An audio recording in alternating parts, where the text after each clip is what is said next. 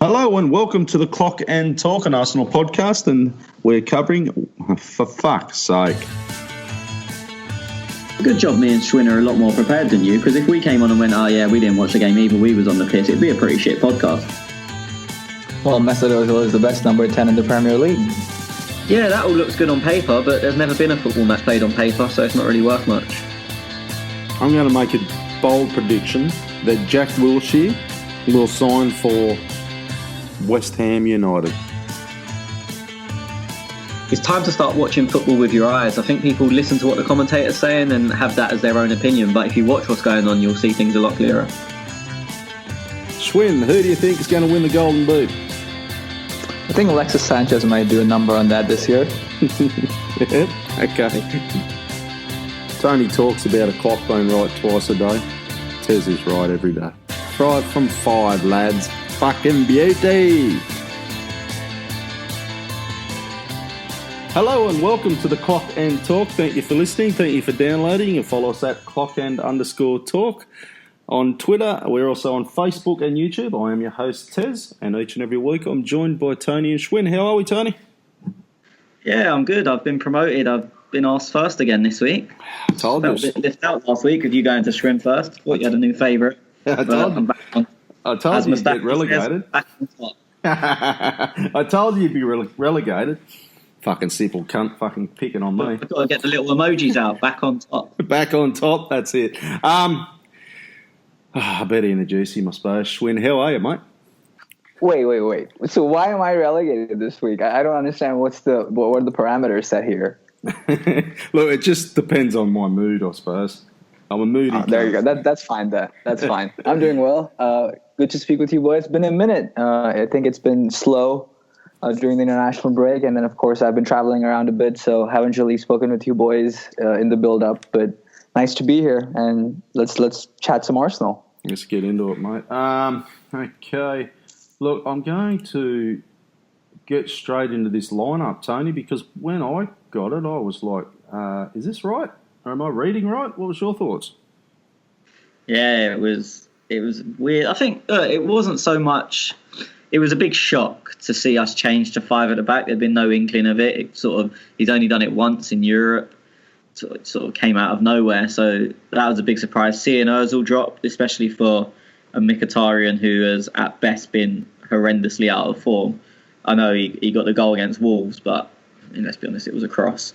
And he's just not been playing well. So I think there was just a few surprises in there. It was seen as to counteract the speed of Bournemouth and give us cover. So if their wingers, Brooks and Fraser, beat the wing-backs, then there was still, in theory, cover inside. It also kind of matched them up in the middle because they only really play with 2 midfielders in Lerma and Gosling yesterday. But it was a big surprise. I think a lot of us are not used to seeing Aubameyang isolated on his own. We know that's not really his best role, but he was the only senior, I'm not counting Eddie, he's the only senior striker that was fit, so I think it kind of had to be that way. Yeah, I'm still trying to get my head around actually the game's finished. So, Schwinn, your thoughts, mate?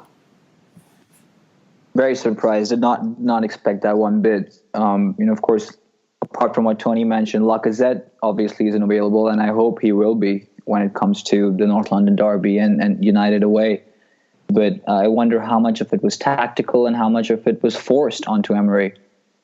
Socrates in the center. I was expecting Mustafi to take up that position and have Socrates on the right or on the left, but you would imagine Holding keeps his spot on the left. Again, interesting lineup. Mesut Ozil dropped, obviously spoken about after the game by Unai Emery, and we can probably get into that at some point, but that was, again, a very surprising call. He's obviously trying to discipline him, and I'm not quite sure if that's the right way to do it. And in general, I mean, the performance speaks for itself. I don't think anyone's going to argue that it was below par on many fronts. But we got the result, and Bournemouth have been very good this season. They've given some big teams a run for their money, and to get the result away from home, I think we did very well. But there's obviously some glaring errors that we should probably get into. Yeah, I'm just trying to work out, Tony, where do we start here? Because it was fucking limp-wristed first half, wasn't it? Even get into the first 20 minutes if you want to, but I just can't put my finger on it. Once again, this Arsenal team, sometimes they come out flying, and other teams, well, not really out flying. Like it's a second half performance most of the time, but against these teams like Bournemouth, we'd probably like to be coming out flying.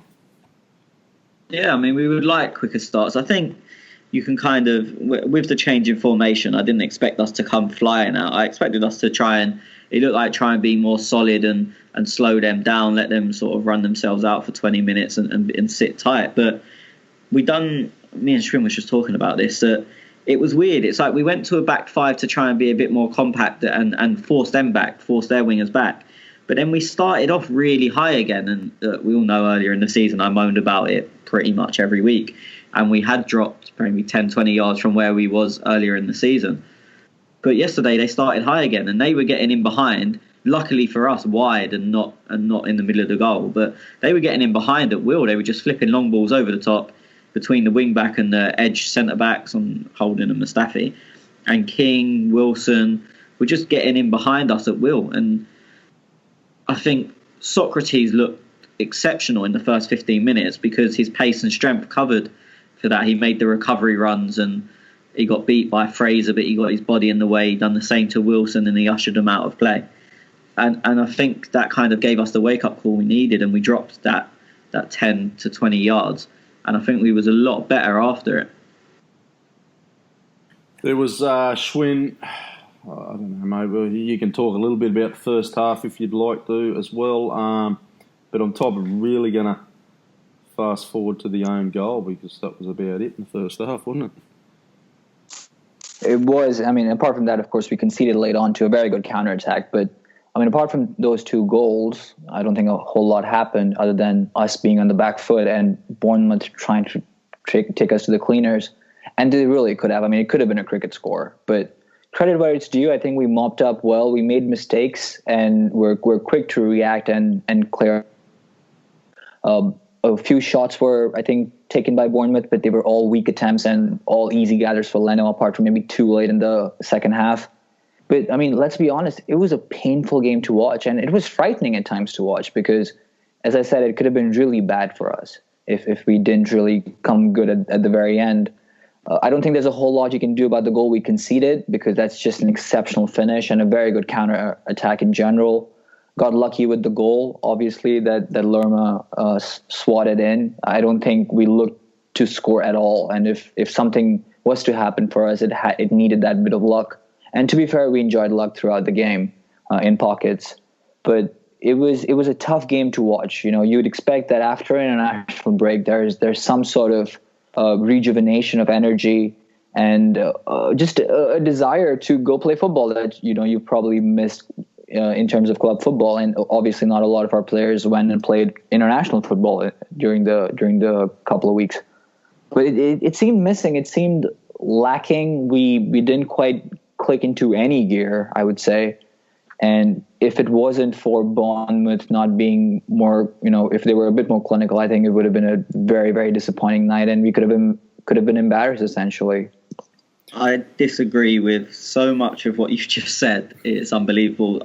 The premise, the overall, I agree with, but like you're saying, it could have been a cricket score, barring Brooks's goal. It shouldn't have been disallowed. It was a very tight decision, but he was onside. I don't think and obviously they scored. I don't think they had a chance where you thought, oh shit, goal. Like they had a lot of the ball around the box, and I'm not saying they weren't the better team, but I think to try and give us some credit, we didn't really let them in. I'm talking about in the first half. I don't think Leno made a save that you'd go, oh, good save. Like I don't think he made anything where it wasn't expected. I agree with you attacking wise. We didn't really create anything. Obviously, Torreira hit the post. And Aubameyang should have scored at the back post from a corner. I think it was from a corner as well. It's from a cross from the opposite side. Aubameyang should have scored. So we created a little bit. I don't think it's not like for anyone that watched Tottenham-Chelsea, and you can say, oh, that could have been a cricket score because Tottenham were missing chance after chance. And Arisa Balaga made a load of good saves. But Leno, it's not a criticism of Leno. I don't think he had anything to do in the first half. And also on their goal, it is a good counter-attack, but saying there's nothing we could do about it, it's just horrendous. Like, I've literally seen Sunday League teams play better football, like more sensible football. First of all, Iwobi, kick that ball into the stands, have a shot, just smash it as hard as you can at goal. It hits their defender, it goes off for a corner, half-time whistle goes. It goes out for a goal kick, the half-time whistle goes. Best case scenario, it goes in, you're 2-0 up, game's done. So first of all, he's just got to kick it, smash it towards goal. Secondly, foul someone. Like, our game management is horrendous. There's 30 seconds to go till half-time. They're on a counter-attack. They look like overloading us. Take a booking. Kick someone. Like, I don't care if you're trying to get the ball.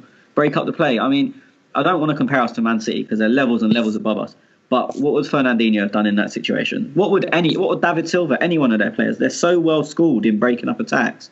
We're just so naive and so nice. It's painful. It was a well-taken counter-attack and goal, but we let it happen. And we always let it happen. That's 3 games I can remember, and luckily we've gone on to win all of them. But Cardiff, Fulham, and yesterday, all 3 of them within 5 minutes before half-time, we've made ridiculous mistakes in game management that's allowed the teams to come in level. And we say we haven't been leading a game at half-time, but we should have been leading 3 if our players weren't stupid, like naive. Yeah, that's fair. I mean, when I mentioned the cricket score, the couple of opportunities that jump right out at me was one late in the second half. I think Stanislas found himself with an inch of a. Oh yeah, no, yeah. I was talking about first half. Sorry, because. For sure, yeah. I mean, my summary was more so the full game, and I agree. We could have made better decisions. Obviously, when they scored, Lucas Torreira was caught upfield, and that's where Iwobi's decision making comes in. That you obviously talked about. Kolasinac again caught upfield during that moment, and worse, none of our players contested Callum Wilson. He had all the time to play David Brooks in the middle of the park, and then Holding doesn't close down Joshua King, enough to scuff him from an opportunity. I agree. I mean, look, we did well to snuff them out every now and then. We made recoveries in key moments, but there were also chances that at times just rolled to Leno. And if you get decent contact from the places that they were able to get shots, albeit weak shots, any decent contact from any of those positions, and I think you test the goalkeeper and give him something to worry about. So, I think we had a lot of them as well. I remember Iwobi and Mkhitaryan both in the first half having shots where they didn't really contact it, and it was easy saves for Begovic. I agree with you. We didn't play well, but I think saying it could have been a cricket score is a massive overreaction because I think we both had very similar types of chances. As I said, for the Stanislas one, you could take the Aubameyang one in the first half at the back post. I think you can pretty much match up chance for chance. And again, I'm not saying we were good, but I don't think it was a game where we could have come out of that losing 3-0. Or I know obviously a cricket score is an exaggeration, but I don't think it. I think it was a quite even game, to be honest. Well, I was just having a look. Schwinn, sorry, mate. You were talking about cricket scores, and you type it through me a bit as well there because, and I had to double check. And Leno obviously saved 5 on target. There was 5 shots on target for Bournemouth, 2 off target, 4 block shots, and 1 shot on the woodwork. So, I was trying to think what. There was a couple of good saves that he done, but I think that was more in the second half, wasn't it? Yeah. I mean, I know as Schwinn said he was going across the whole game and not just the first half, but I think even across the whole game you can pair up most of the chances. Like they hit the post, we hit the post. Like Stanislas, as I said, you can compare to Aubameyang's one in the first half, or even Aubameyang's goal. The positioning, it was a lot harder chance Stanislas's, but the positioning was very similar. I think you can, as I said, pair most of the chances up, and it would be difficult to say one teams were better than the others. And even like we had a break where Mkhitaryan managed to do something where it went out for a goal kick somehow. I think it was just before Torreira come off. And you could even sort of accustom that similar to their break when they scored. We just didn't use it as well. I think it was in the equally as good chance. Well, and to add to that, I think Iwobi had a chance when, I think that was maybe early in the first half when Begovic sort of left goal and Iwobi had a half volley that he could have, if he put on target, that would have rippled him out for sure. That was after Torreira hit the post, I think. Yeah, right after, wasn't it? So it was a rebound. Midway through the first half. Exactly, that's what it was. So again, yeah, I mean, there were chances we created. We didn't control the game, and I will concede that maybe what I said were massive overreactions, and I understand I was very disappointed by yesterday's performance. I still am to an extent. And maybe to call it a cricket score is a bit unfair, but I think the quality on display yesterday was very poor. I think we all can probably agree on that, right? As I said, I agreed with your overall summary, but I disagreed with the reasons you came to it. And this bloke's fucking, and this counts. Wondering why he's been relegated. Or fair dinkum, mate. Yeah. As if you knew exactly what I was going to say. Anyway, so let's move on a little bit, boys. Tony, when you touched on the Joshua King goal in the 45th minute, but I just want to get Tony's thoughts on that. Who's at fault, and what was your thoughts on the goal? That was right on the 45th minute. Again, I always say that a goal is usually 3 or 4 players' errors. You can probably blame about 6 of them. As I said, Iwobi. First off, Mkhitaryan gives Iwobi a 2-yard ball when, again, just play it safe if there's no chance on. Iwobi tries to do a turn, just smash it towards goal. Then one of about 3 or 4 players could have fouled someone. Mkhitaryan was the one I saw most people blaming. He also then stops his run. I think it was Fraser he was tracking, and then Fraser passes it wide and carries on going, and Mkhitaryan stops. And that means Fraser runs into the channel. Mustafi has to go wide to cover him, which leaves Holding 2-on-1 in the middle. Whereas I'm not out and out blaming Mkhitaryan, but if he carries on with Fraser, Mustafi can stay centrally, and then you end up 2-on-2. It's a lot harder for them to score. Torreira is completely out of position. Sorry, it was Xhaka that ran in with Fraser, leaving Holding 1-on-1. Torreira is completely out of position. Considering the goal comes in the inside left channel, Kolasinac is the furthest player forward. So none of these are huge, horrendous mistakes. It's not like we've seen before where a player gives the ball away on the edge of the area and someone goes and scores. There's no big overall it's your fault mistake, but I think you can blame most of them. And game management comes from everyone, because someone's got to be telling them that. As I said earlier in the season, Monreal done it against Fulham, Xhaka done it against Cardiff, and then yesterday, as I said, you can blame a collective of them. Yeah, I know it's one of them things that we talk about every week. Schwinn, I think we really lacked in the mids again yesterday. Well, not lacked. It was more the fact that you could say Aubameyang, did he get service? But I don't know, mate. I think that there's a bit of fault going on there in the midfield. I would agree. I think what was surprising was that we were off our paces a bit. Passes seemed loose, and Lucas Torreira also didn't quite seem sharp enough. Maybe there's some fatigue that's carried on from the international break. He was obviously subbed off at the 70th minute mark, which is not very characteristic. That dude runs himself into the ground and still gets up and runs a bit more. Xhaka sort of struggled yesterday a bit. I thought didn't quite have his best game, but I don't think you should necessarily single anyone out other than Mkhitaryan, because I thought he was very poor yesterday. Iwobi seemed like the only spark, and to Aubameyang's credit, he scored. As we've spoken about before, he's a low touch player. He's not someone who will get involved a lot, but if you get him in behind and if you put him in threatening positions, he's going to get something done. And wasn't his best game, but he still scored. He still managed to score, dust himself off after a couple of missed opportunities, and find the back of the net. Again, not his best game, but he scored. And Lacazette tends to do that every now and then. And we do praise him, to be fair. So we know what sort of a player Aubameyang is, and he did what he did.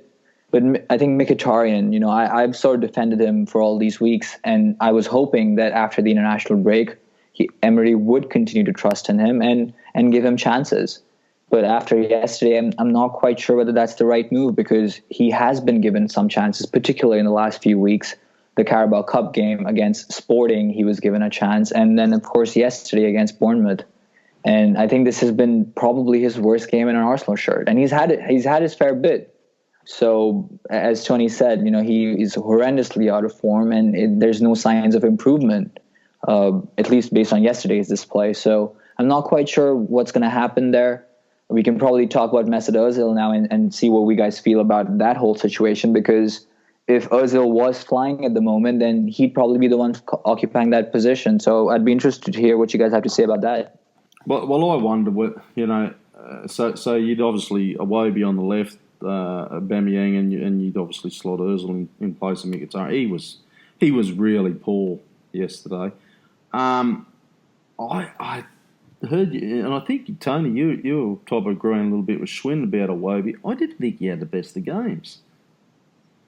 I thought he was our best of the attacking three. I mean, it's not the most difficult thing when Mkhitaryan plays how he did, and Aubameyang, as I've always said, is a moments player. You don't get 90 minutes of play out of Aubameyang. You're lucky if you get 2. But because of his positioning, as in the positions he takes up and his movement, them 2 minutes are always in the box that you actually get out of him. So there's a fair chance of him getting a goal. So I do think Iwobi was our best attacking player. I think he was the only... I mean, you blamed the midfield for maybe Aubameyang's lack of activity, so to speak. I would probably say it was the 2 players higher up in Iwobi and Mkhitaryan, because I think Iwobi drove really well the ball, ran at defenders, but apart from the second goal, he tended to play the ball quite safe. So he'd drive at their defenders and lay it back to the edge of the box, which does someone like Aubameyang no favours. Whereas, I mean, Mkhitaryan didn't do anything. So I think Iwobi was the bright spark. He was taking the game to them, but he's not the type of he's not the type of player that suits Aubameyang. Mkhitaryan is supposed to be, but I mean, we've seen no signs of it in an Arsenal shirt. People always say, "Oh yeah," like I saw loads before the game yesterday. "Oh yeah, we're playing Mkhitaryan instead of Ozil because he works much better with Aubameyang. They've got that link." And a lot of people say that, don't they? I mean, we've never seen that.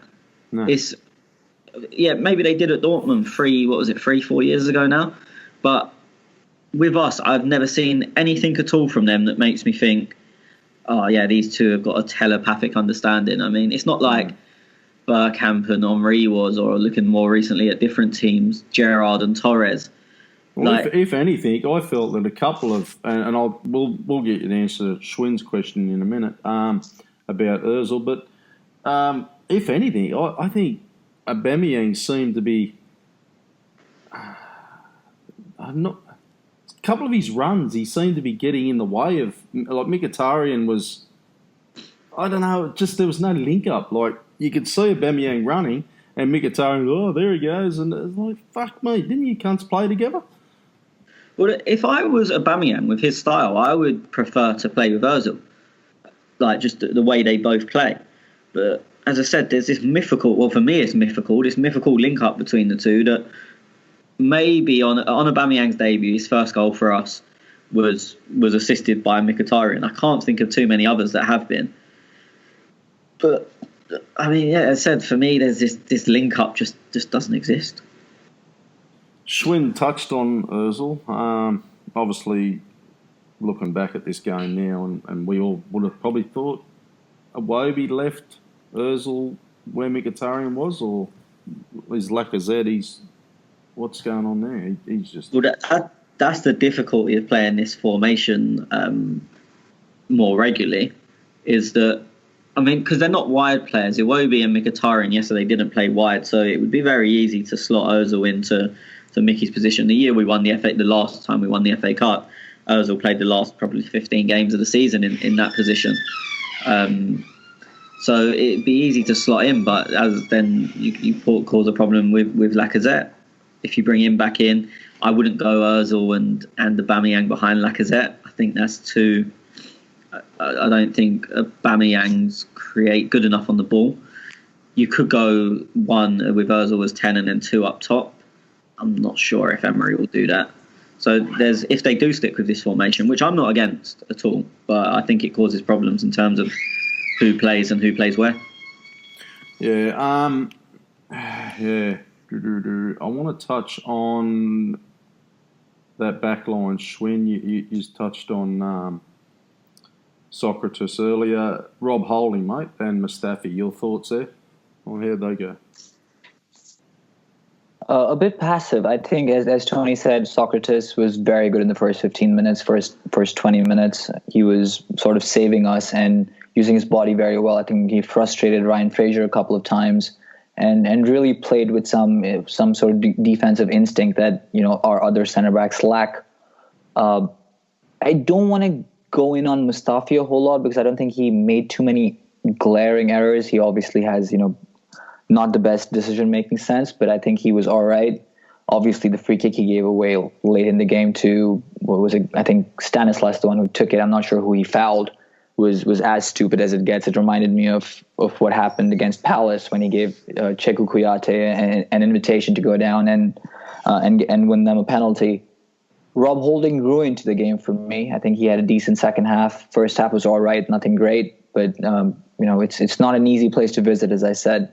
But still, I thought we were not nibbling at players a whole lot. Mustafi does like to go to the ground, and he did that a couple of times. Didn't get booked, which was a bit surprising for me.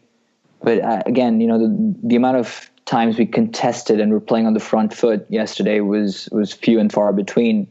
And it did look like we conceded a lot of control. But it's tough to say how much of this was planned, because when you come away with the result and you're able to clear crosses that are being flashed across the box every minute, then you have to give credit where it's due. But I can't possibly imagine a situation where Emery puts out a team, puts a player like Mesut Ozil or even Aaron Ramsey on the bench and tells his players to go out there and absorb pressure. I don't think that was the plan. It could have been, but I don't think it was. And I think that showed that we lacked the quality in the day, and we didn't really do anything to help ourselves in the first half particularly. Tony, in the 67th minute, look, Aubameyang obviously got the tap in, assisted by Kolasinac.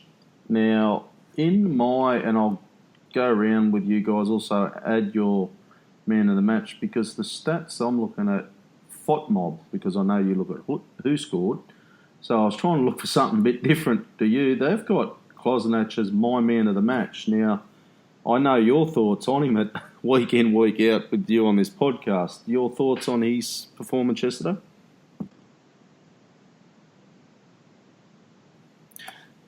And Tony, unmute that fucking mic. Yep, done. Just to start off with something else, TalkSport, I was listening to where I was driving back from the game, and they gave Kolasinac man of the match as well. Look, he got 2 assists. He's always been very good going forward, and for me, he's probably our best crosser of a ball. But it's going the other way, and his lack of fitness, I think, hampers us at times. I wouldn't have given man of the match. I didn't think he was terrible, but the amount of times they got in and on that left edge between him and Holding, he doesn't track the run as well. His positioning is too square.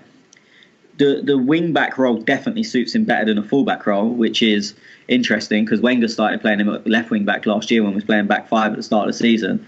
And everyone was saying, Wenger was ruining him. He was left back of the year in Bundesliga.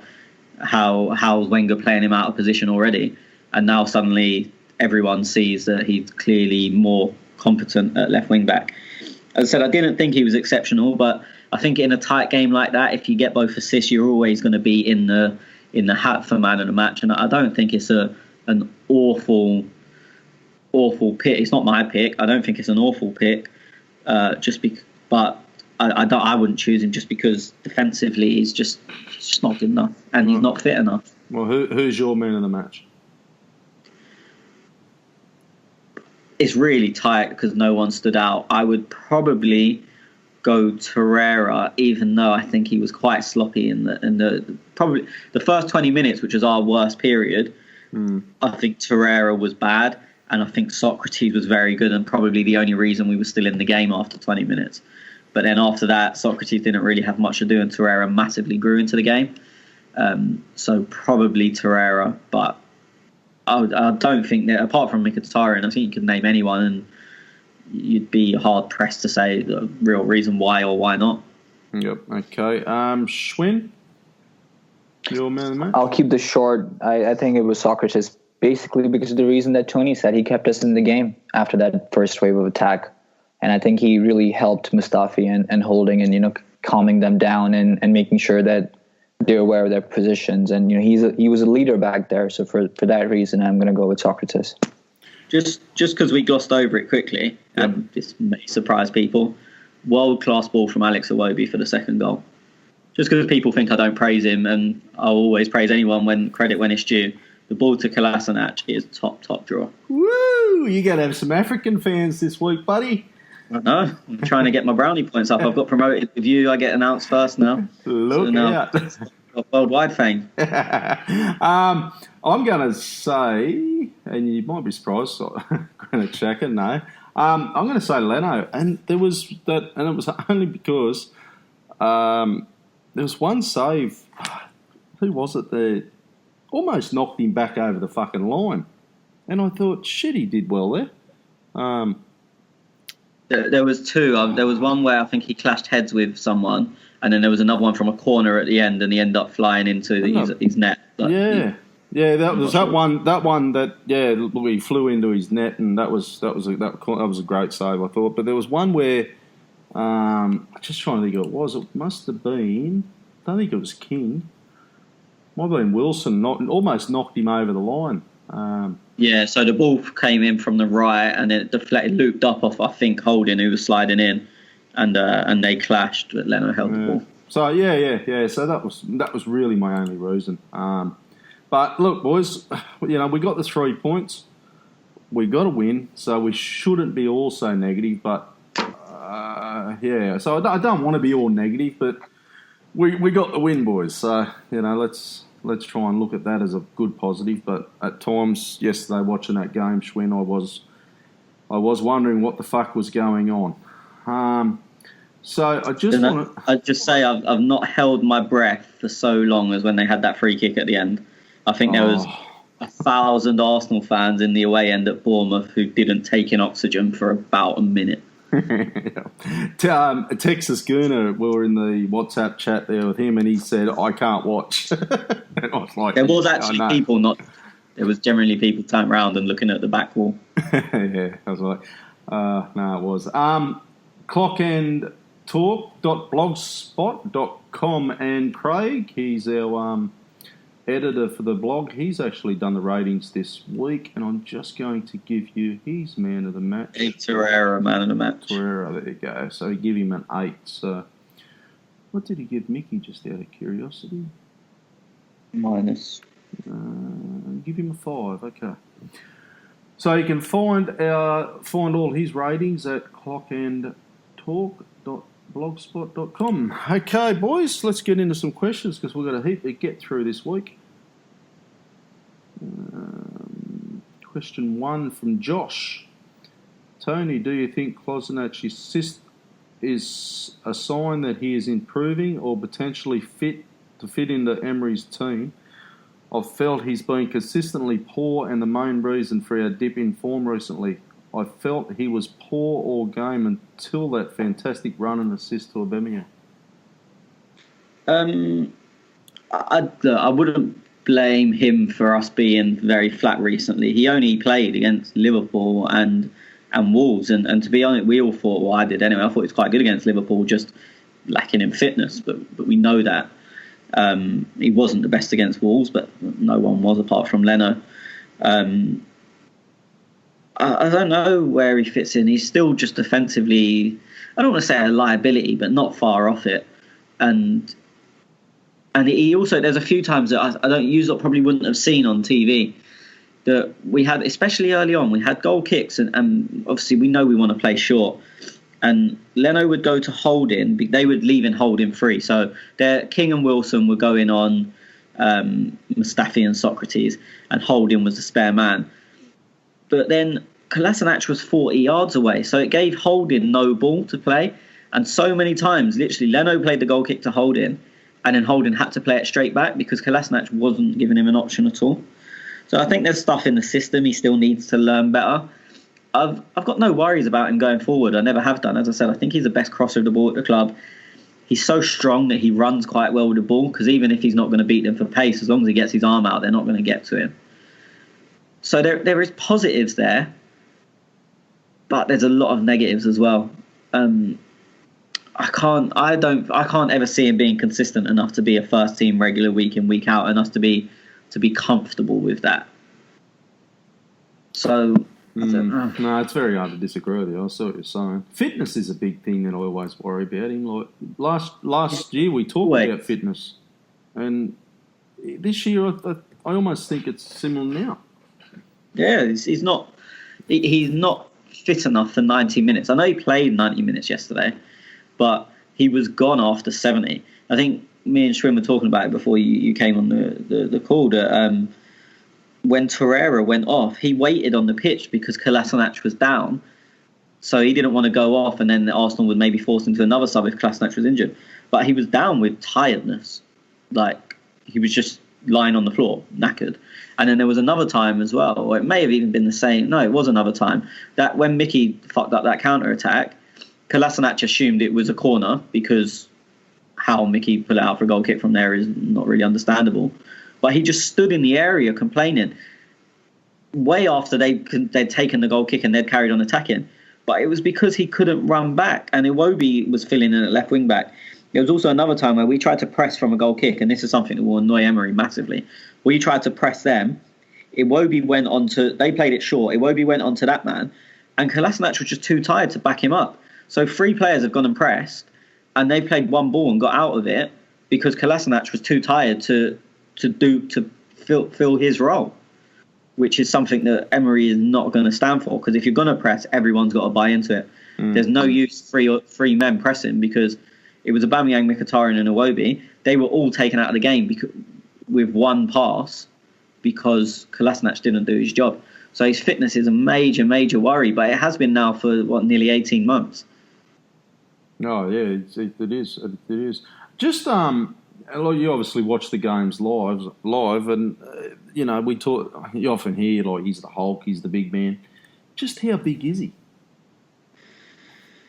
It's difficult. I mean, he looks. I said this after the Liverpool game. He looks a bit trimmer. He's not huge. He's clearly very strong. He's got very broad shoulders. He's got a big frame. Do you know when you look at a lot of say rugby players, you wouldn't see them in the street and think, "Fuck me, that guy's massive," but their shoulders just seem to be about 10 foot wide. Yep. Yeah, okay. He's a bit like that. You can't really explain it. I mean, as I said, he's obviously very strong and he uses his body well. I think people don't give him enough credit for that. I think they just think, he's strong, but he does also use his body well. There was nothing came of it, so I've not seen it again, but they gave a free kick against him for barging. I think it was Brooks over on the sideline. It was the other side of the pitch to me, so I could be wrong. It didn't look like a foul. It just looked like being stronger, but sometimes when you're a very big, strong guy going in against a very weak guy, the decision's going to go against you just because the sheer force you knock them over with. But as I said, I could be wrong. It could have been a foul, and it was the other side of the pitch for me. Just quickly before we move on to those questions, I totally forgot, boys, because I thought it may come up in a couple of questions, but I had a look. I'll start with you, Shwin. Guendouzi for Torreira on the 79th minute substitution, and Ramsey obviously for Iwobi in the 82nd. Yeah, those are still big question marks for me. I mean, Emery, with regards to Guendouzi coming on, I could have sworn that Mickey was going to come off and we were going to add another player into midfield, tighten things up in there, get some more legs to assist Granit and Lucas in the middle of the park. And I think Lucas Torreira himself, other than just making sure Kolasinac is all right, was quite bamboozled by his number flashing on the board. Did not expect that one bit. And once again, when Iwobi comes off for Ramsey, I think all of us would agree that we expected Mickey to come off. So the subs are very questionable. And again, I mean, they're sort of just like the tactics of the day, the lineup of the day. It's all a bit up in the air for me, and I don't know how much of it has been forced upon him in terms of the starting lineup, but the subs in themselves, I think, are very, very confusing for me. I'm not quite sure what was happening, but we got the result, so it's not that much of a talking point at the end of the day. But in the moment, I had no idea what Emery was thinking. Yeah, no, I totally agree. I'd imagine it was a bit like that at the ground as well, Tony. Yeah, we was all expecting. So you can see players getting ready to come on, especially when Guendouzi, you see him getting stripped off on the sideline, and we all expected Mkhitaryan to come off, go 3 in the middle, so 5-3 and then 1-1 with Iwobi behind Aubameyang, and we was all kind of expecting it to Ozil to come on for for Iwobi very shortly, or even Ramsey to come on for Iwobi very shortly, so to go 5-3-1-1. And then again, when we saw Ramsey come in, we all assumed keep Iwobi where he is and put Ramsey on the right. But Iwobi and Mickey swapped, and Iwobi went off. So yeah, it was just it was mind-boggling, and no one saw it coming. And as I said, we got the result, so you can't really blame him. I don't think they're the right subs, but if you get the right result, everything's the right sub. What I will say, and it's the first time I think I said this, Guendouzi showed his complete inexperience when he came on. I was just about to touch on that, actually, so you've stolen my thunder. He had a horrendous 15 minutes. Yeah. Not with the ball, because he probably didn't give the ball away. I don't know, I can't really remember. But where he was running and the things he was doing, it was like, stand fucking still, stay deep. I said this before, he runs around like a headless chook.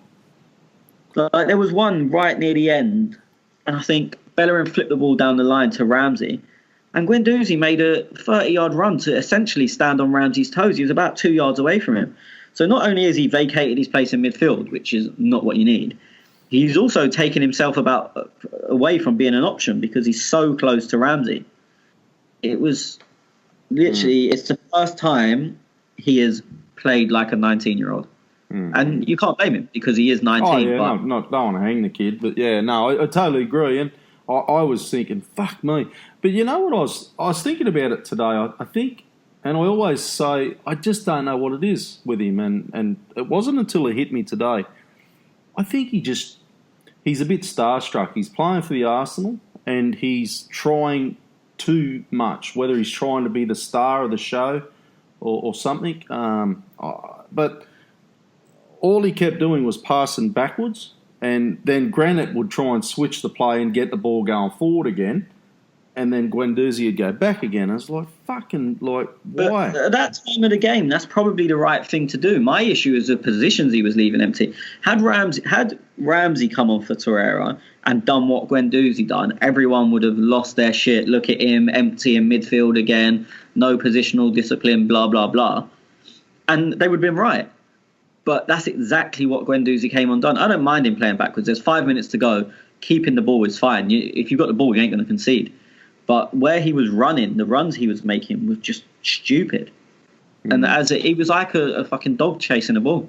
He was like, oh, there's a ball, let's go, go, go. Not thinking, stay in the fucking midfield. If we've got 8 men behind the ball, it's very hard for them to score. Yeah, like I said, I don't know whether it's starstruck, lack of experience, trying to do something to make him the big, I don't know. But look, a lot of lack of experience. He's 19, and I hope, obviously we might get a couple of haters come here and say, oh, fuck you, you're in though, Guendouzi again. But it's not that. It's just, you've got to call it as it is, and I thought it was a poor 15 minutes. I think he's a very good player, and I actually think he's better than I originally thought he was. And I know Schwin's a huge fan of his, but he just had a brainless. As I said, it's nothing to do with his quality because I can't remember him doing anything on the ball that made me think you're an idiot. But he played that 15, 20 minutes, however long it was, without a brain. I will add too, though, look, and for the people that think we hate him, this is a young bloke who is keeping El Neni out of the team. So that's how much I think El Neni stinks. He's better than him. He's better than El Neni. Oh, definitely. As I said, I like him. I think he's a good player. Yeah, I like it. I don't mind him. I like his hair. Because you ain't got any. No, I got none. Okay. What do we got here for you, Schwinn? Sorry, mate. Did you want to add anything to that, or we keep moving? No, that's perfect. I would have intervened if I wanted to add something, but you guys covered that very well. Thank you. Okay, Josh, question 2. Schwinn. No, I've got you so far. I've read that. No, sorry, I've read that. Especially, he's talking about... I fucking don't know where I'm up there, boys. I don't think... You've asked one question. It's not that hard. I have only asked one, haven't I? Okay. Yeah. Okay. Riveting podcasting. Sorry, boys. Okay, Josh says, question 2. I don't like to hate on Mickey, but he was very off today with the wing backs, making the forwards play more narrow. Don't you think Ozil... Oh, this is fucking ironic, asking Schwinn this. Don't you think Ozil would have done well there? Oh, of course he would have. Especially because play ran through the left and Mickey ended up central for a good part of the game. I think Tony spoke about this earlier, where he mentioned that, when we won the FA Cup and we enjoyed some good run of form, that was the position that Mesut Ozil was playing. And, we had Alexis Sanchez taking up Iwobi's position. I mean, more than talking about Ozil, if he would have done better or not, I think the question is what was going on with Mkhitaryan, because even when it came to defending, I think there was a moment where I'm not quite sure who was playing down the left at that side for Bournemouth at that point, but there was a simple 1-2 played in behind, and Mickey again caught completely square, much like Kolasinac did on many occasions, and Hector Bellerin gave him a mouthful for letting his player run and getting turned so easily. And on the flip side, if you look towards the attacking side, apart from the mythical telepathic connection that you guys spoke about, his touch was loose. A couple of chances that fell to him, one obviously scuffed wide from 10 yards out, and then one strike ended up in rosette. So he just wasn't on it. The end product, whether it was passing or shooting, was lacking for him immensely yesterday. Got on the ball a whole lot, so he did try to influence the game, but every time he put his head up and tried to play in a pass or take a shot on it was absolutely useless. And I think towards the end of it, when he had a couple of swipes at goal, I wasn't even expecting him to hit the target because it wasn't his day. The only thing with him is it hasn't been his day for this whole season. Pretty much other than one or two performances, I don't think he's really made a name for himself. And he was one of the parts of the equation that I think, if he comes to life, then we really have something going on there with Aubameyang, Lacazette, and Mesut Ozil to add to the list. But it just seems that, out of these four, only one do well on the day. And we haven't really seen them come to life together. And as far as Mkhitaryan is concerned, I don't think we'll really see a whole lot of him. Games are coming thick and fast, so Emery might be forced into playing him. But his form is not going to merit that. And with Welbeck out injured, Lacazette struggling to gain fitness at the moment, I'm really worried because we have two tough games coming up, which can be 6-pointers in their own regard. And with this sort of performance, again, might be a massive overreaction, but with this sort of a performance, I don't think we have a good chance in either of the game, and that worries me a lot. Okay, yes or no? Quick question. Go on. It's not going to happen in January, but do we look to sell Mkhitaryan in the summer? I would, for a couple of reasons. Apart from the performances, let's say even if he goes on to do better and sort of atones for this first half of the season, I was reading somewhere the other day that, and this might not be true, so that is, of course, a possibility, but there's a 60% increase clause in his contract, which means, we'll have to give him much more money than he's on at the moment. I think he's on 180 or 200,000. And with him entering his 30s, I think he might even be 30, 31 at this point. There's no way we're going to sign him with that condition in his clause. So rather than letting him run down his contract, I think it's best to ship him out. Okay. Tony, same question? Yeah, sell him. Yeah, I agree too. I didn't know about a 60% clause. Fucking hell. Yeah, again, might not be true, but that seems to be the rumor going around. And with Mino Raiola on the table as his agent, I think that's a fair shot. It's definitely a possibility. What would we get for him, you reckon? 20, 30? I'd snatch your hand if we get 30 for him. Yeah, I don't think there's a chance you'd get 30, not with his age and wages. Yeah, okay. Okay, James Hearn asks, Tony, after seeing Aubameyang's performance today, do you guys think we're actually missing out on much, having him start on the wing instead of the up front? Hey, good shout. Doesn't seem to like his game changes much at all. Well, it's not what you miss out on him, it's what you miss out from the left wing. Because when he plays there, you don't have a left winger. You have someone that looks to get in at the back post all the time, which is not, as I said, not a problem from him. You can see from his goal return. As I said, I think he's got 8 goals now. He's top of the Premier League goal scorers. And I think the majority have been from the left wing. So you don't miss out in what you're getting from him, but you lose out in having a left winger. And if teams know how to play against that, it becomes a problem. Unless your fullback is playing very, very well, because they can make up for him. But when that's someone like Kolasinac, they can do that going forward, but they can't. He's not fit enough to recover. I don't think off the top of my head we've won a game apart from yesterday. We haven't won a game, with Aubameyang playing on the left when Monreal's not played. Okay, I'll take your word for it, mate, because I was it's off the top of my head, but I really... And looking at all the games where we've dropped points, so the first 2 games of the season, Monreal didn't play and Aubameyang didn't play on the left anyway, which is the 2 we lost. Palace, there was no Monreal. Liverpool, there was no Monreal. Wolves, there was no Monreal. So we haven't dropped points with Monreal in the team. And said that goes hand in hand with Aubameyang playing on the left as well. Mm-hmm. James, I thought you stumped him there for a minute because I was actually thinking it was a good shout, but well answered, Tony. No, he's right. We don't lose anything from Aubameyang, but you lose the threat of having someone attacking from the left. Yeah, no, I have to agree with that. That's why you've been promoted this week, mate. It's almost like I know what I'm talking about sometimes. Okay, almost. Raf asks, Schwinn, do you think that the consistent changing in formations and personnel is somewhat responsible for our subdued first half performances, as it seems to take the players a half an hour or so to get used to the change in personnel, which there is nearly every game? I don't really think it comes down to the change in formation, because other than the Fulham game and of course yesterday, we really haven't changed formation a whole lot. The personnel can be an indication, but positional sense and the way Emery plays out from the back, there's not really a whole lot changing. The players should be in the same positions, irrespective of what name is on the back of the shirt.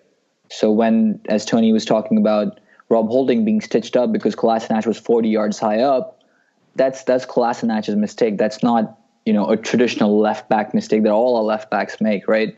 So I don't think it's either of those. It is a very intriguing question because I don't think I have an answer for it.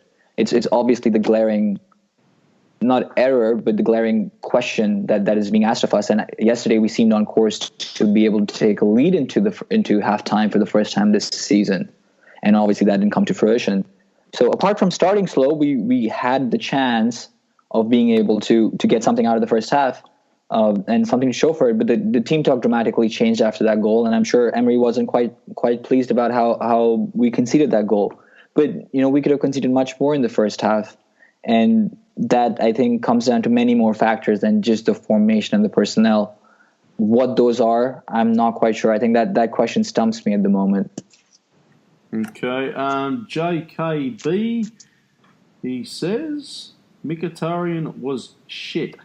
Love the cast, boys. Thanks for listening, mate. I agree with both of those. Yeah. And as I said when I put the question thread up, give us your rant, your thoughts, your questions. So it just doesn't have to be questions. So always love to hear our listeners' thoughts, boys. Madwire1. Unless you've got a cunt of a name, I don't like listening. Question. Let's be honest. Aubameyang was shit today and left us with nothing up front. His stats are incredibly inflated because he doesn't do the dirty work for the team. No wonder he hasn't scored against the best side. Is time to admit that Lacazette is better player and talent, Tony? They're completely separate things. Lacazette is a better footballer than Aubameyang can ever dream of being. Aubameyang will score more goals than Lacazette will ever dream of scoring. They're playing in the same position in a sense as a 9, but they are 2 completely different players. Saying one is better than the other or more useful, it depends what system you play and how you play to their strengths. I also don't think Aubameyang was shit yesterday. He had a very poor first half. Second half, when there was a bit more space to play into, I think he ran the channels quite well. He stretched them. Even for his goal, his move, he made a brilliant run. He got in between their Fraser, who was wide, and whoever the centre back, or Francis, I think it was, and he may have been offside. I'm not sure. I've not seen the right angle.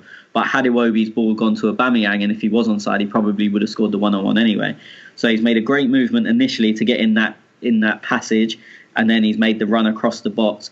And it really annoys me when people go, but he only scores tap-ins, because someone's got to score them. And I don't want to make this a Lacazette versus Aubameyang debate, and loads of people seem to want to do that. Like, we've got both, just be happy with both and appreciate their difference. The same as it was with Ramsey and Wilshere all them years ago. But for me, Lacazette doesn't score that goal because his movement isn't as good as Aubameyang's. He's not as quick, and just physically he's not as tall, and Aubameyang was at full stretch to get there. So you combine his movement, his pace, and his height, and he only just gets a toe on it. So you take half a yard of pace off, 4 inches of height, and you can't quantify movement in a size, but you take some of his movement away, and Lacazette doesn't get there. Also, Lacazette would have come short for the ball, which leaves you without someone willing to score. As I said, technically Lacazette's a much better player, but he's never ever going to score the amount of goals that Aubameyang does, and you just have to appreciate they're different instead of trying to compare them. Yep. I have to agree with that one, mate. I was having a laugh at this bloke. So I'll answer this question because I've got a really good answer. That RC fella, who should we swap Mkhitaryan for in January? And I already know the answer. We should have bought him in the summer. Who is it, Tony? Fuck off, the fat Kosovan Swiss. Interesting stat. Yeah. How many goals has he scored this season? How many minutes has he played is the question. Oh, so is that brilliant? He can't even get in the team and he's on 100. You'd have been better off saying he scored against the two promoted teams he's played in Fulham and Cardiff. And Mkhitaryan's also got 2 goals, but they were against Chelsea and Wolves. For anyone that is wondering who the fuck are we talking about, we're talking about Shaqiri, because I think for $13 million we should have bought him. Should have signed Adamo Traore. So he's played 9 matches, 2 goals, 2 assists. So, but Who? Shaqiri, I don't Shaqiri? Yeah, I don't know. Yeah, Mickey's played 10 and got 2 and 2, I think, but they weren't against teams that have just come up and that were both in the relegation zone and were bottom and second bottom at the time of playing them. So I'd swap him. I'd swap him with Shaqiri. However, it's one of them. It's not like there's a swap on. And also, I said this last week, we've got to stop taking away every time we bring someone in because our squad really isn't that big. And yesterday showed that. You look at our bench yesterday, and it was very poor. Without Welbeck, we're lacking an extra winger or striker. So you can't keep always taking away to add. Sometimes players come in addition to. Yeah, I just look, and I'm not. Look, I like Shaqiri because I like the price that he was going for, and I think Arsenal should have swooped on that. Schwinn, though, however, made a very good point last week to me. I can't remember what the point was. He's shit and fat. No. Schwinn said that Liverpool were probably in a better position. Stoke was going to probably sell to Liverpool more so than us because we were probably more in the need for a winger or something along them lines. And I thought, more than that was that if we were in the hunt for him, he'd have costed us more. So that 13 million tag wouldn't quite be relevant to the discussion. Again, this would be my assumption based on the facts on paper.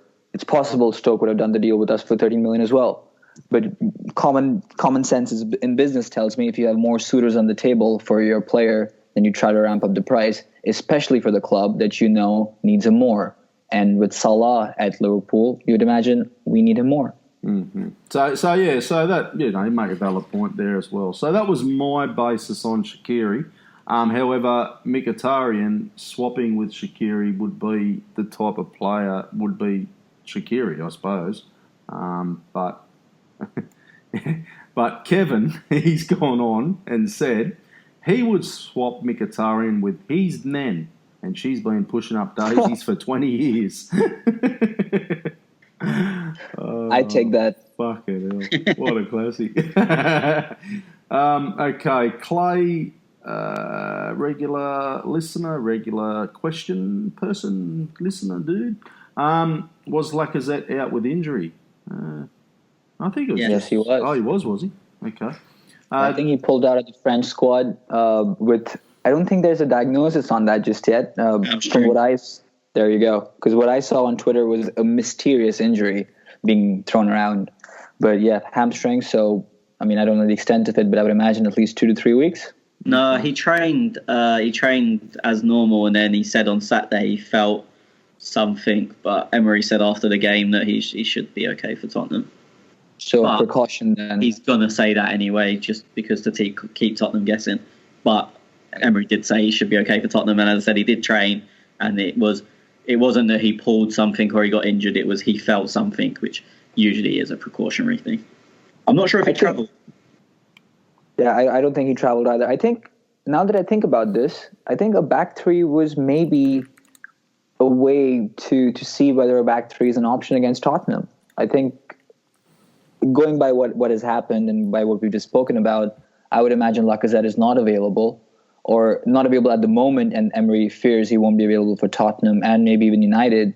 And that's why he used the back three against Bournemouth to see how we play and what needs to be tweaked to be ready for those two games. So maybe that's something that the manager is thinking, and that would make sense to me. But yeah, we don't know the extent of the injury, obviously. So let's hope he's back, because we could do with that firing power, whether that's off the bench or to start with. That would be a good option to have. Well, he goes on, so it's a bit more to the question. Didn't see him on the bench. Also, why do you think Emery went to the back three, which we just probably touched on, instead of having Ozil in the team? Got the 3 points, but I thought the managing has been questionable the past couple of games. Lots of odd decisions in his opinion. I disagree, boys. Yeah, I think I don't quite agree with we went with a back five looking at Tottenham, because I think Emery knows we can't really afford to take games as experiments, because you can lose to anyone pretty much in this league.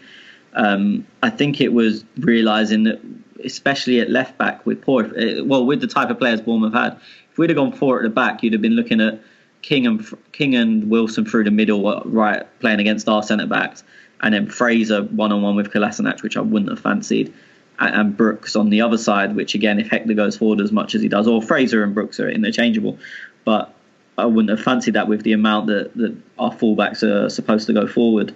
Well, we need them to go forward in our system, and especially if Mkhitaryan was going to play on the right, he doesn't offer the defensive cover. So if they'd have left 4 on 4, and then with no defensive cover from our side, it could have been a long day. So I think it was more in nod to how Bournemouth are playing. And it was interesting because they had to change, and Charlie Daniels, their left back, came out after the game and said that the change didn't suit them, but they had to do it because of our 5 at the back. Fraser, especially Brooks to an extent, but especially Fraser got pushed back, and you can see for our second goal, Fraser got turned inside out by the ball because he's not used to being that far back. But someone had to go with Kolasinac, and had we been playing a 4, that someone wouldn't have been Fraser. It would have been someone else going there. And there was a chance in the first half on the other side, but it was Fraser again where he got pushed back and he didn't know his position, and Bellerin got put in behind him. So I think it was purely just to try and stop Fraser and Brooks coming at us and making them go the other way. And in that sense, you can say it worked. Well, in saying that, though, yeah, I agree. They're pretty quick, them players, too. King, Wilson and Fraser are all very quick. And Brooks isn't slow, but he's also a very tidy footballer. I really like David Brooks. I was surprised he didn't play Cook, who I also like. I know he came on. Lerma had an excellent game as well. And I know he scored the own goal, but he had a very good game. They're a tricky side to play because they know their strengths. And that's, I think, one of the things in the Premier League, that even the shit teams know what they're good at, and if they can play to them strengths, they will give anyone a tough game. But if you can stop them doing that, which is what Arsenal tried to do yesterday, just tried to stop Bournemouth playing to their strengths, that you can, not that we did yesterday, but you can make some of these sides look really bad by just taking away what they're good at. which is what we tried, and we was ultimately successful, but we didn't make them look bad in doing it. Okay, Kurnos, he says, Schwinn, let's talk about Leno. How crucial is he becoming? Seaman-like save to keep us 2-1 up in the second half. He was good yesterday. No glaring mistakes as such or big mistakes. You guys, of course, spoke about the two big saves he made towards the end of the game, and then some of the other relatively easy gathers that he had to pick up. I think his distribution was maybe a bit off yesterday to an extent. Didn't quite get a lot of help from his fullbacks, and just seemed a bit off with his distribution. Maybe I'm being a bit picky here, but that's something I remember from yesterday.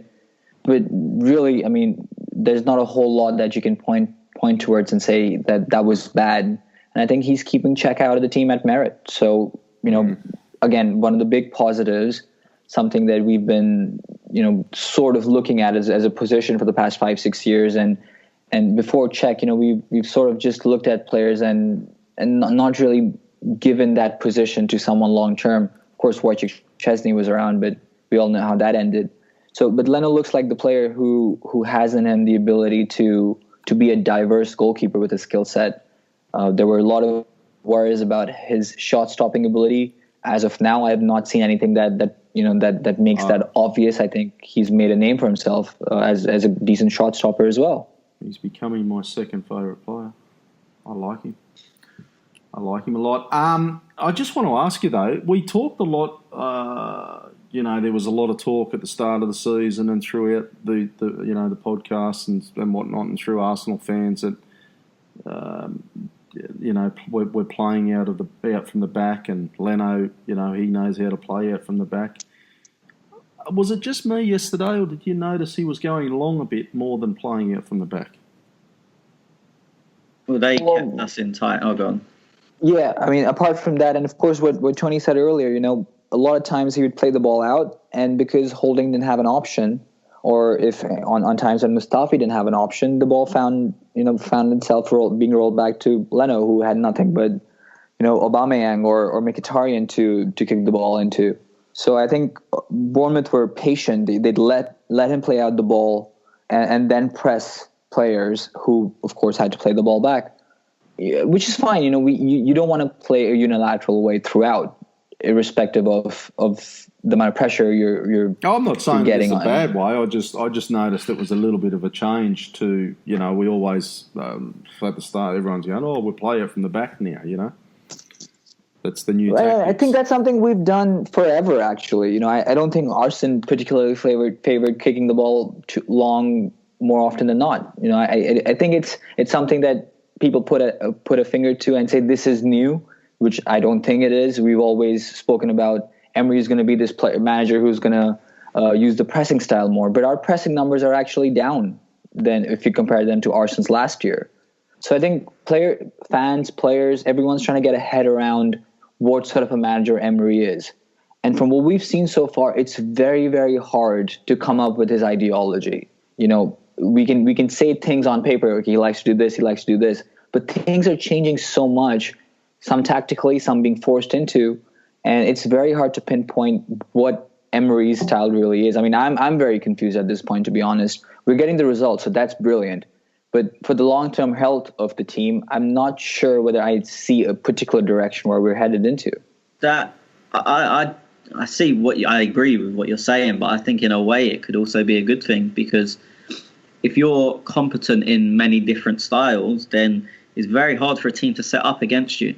And as I was just saying when I was talking about the smaller teams having their strengths and stopping them, so much of the Premier League is about stopping the other team's strengths, barring maybe City, definitely City, who just play their own game because they're so much better than everyone else. But everyone else has a huge hand in stopping the other team playing. And I think that's what Emery's style is, and this may sound stupid. His style is negating the other team's strengths. So it's difficult to put an exact way of playing on it because it's dependent on who we're playing, which for me is a nice way to be. And as I said, it makes it very difficult to set up against. Just going back on Leno going long a lot yesterday, another case of where I think game management was poor is, as I said, when we went short to holding, Kolasinac was on roughly the halfway line, which made it a near impossible ball to play. But he was on the halfway line next to Fraser or Brooks. So when we was going long, we kept going long to Aubameyang and Mkhitaryan, and they were just winning the ball back and coming back at us every single time. I have no idea why we didn't pin every goal kick on Kolasinac's head, because it's not even, I mean, Fraser's tiny and Brooks weighs about 2 stone, 12 kilos for those who deal with other weight systems. So that ball should have just been planted on Kolasinac's head all day. And then because he would have kept winning them, their defence would have to shuffle over. So then you can switch it and go to Mkhitaryan or Aubameyang or Bellerin, because there's less focus on that side because they've had to switch over. I'm not particularly blaming Leonard. Well, I am to an extent, but I also think it should have been highlighted to him that instead of just kicking it to Francis's or Ake's head all day, which is essentially what he was doing, look for another option. And we just didn't do that. I thought he had a good game as a keeper, but quite a poor game with his feet, to be honest. But don't get me wrong, I'm still a million times more comfortable with him with the ball at his feet than I am with Cech. But I thought he had a poor game distribution-wise. Yeah, right. Can I just clarify before we move on, because Tony touched upon what the dynamic display that we've made, and I agree with that. I mean, I've been saying for a while that we needed a manager who's happy to tailor things according to the opposition. Move the formation around, move the players around, and throw in a tactical system with the players that you think will get you the result on the day. And yes, Tony's absolutely right when he says that we are a bit more for the opposition to consider.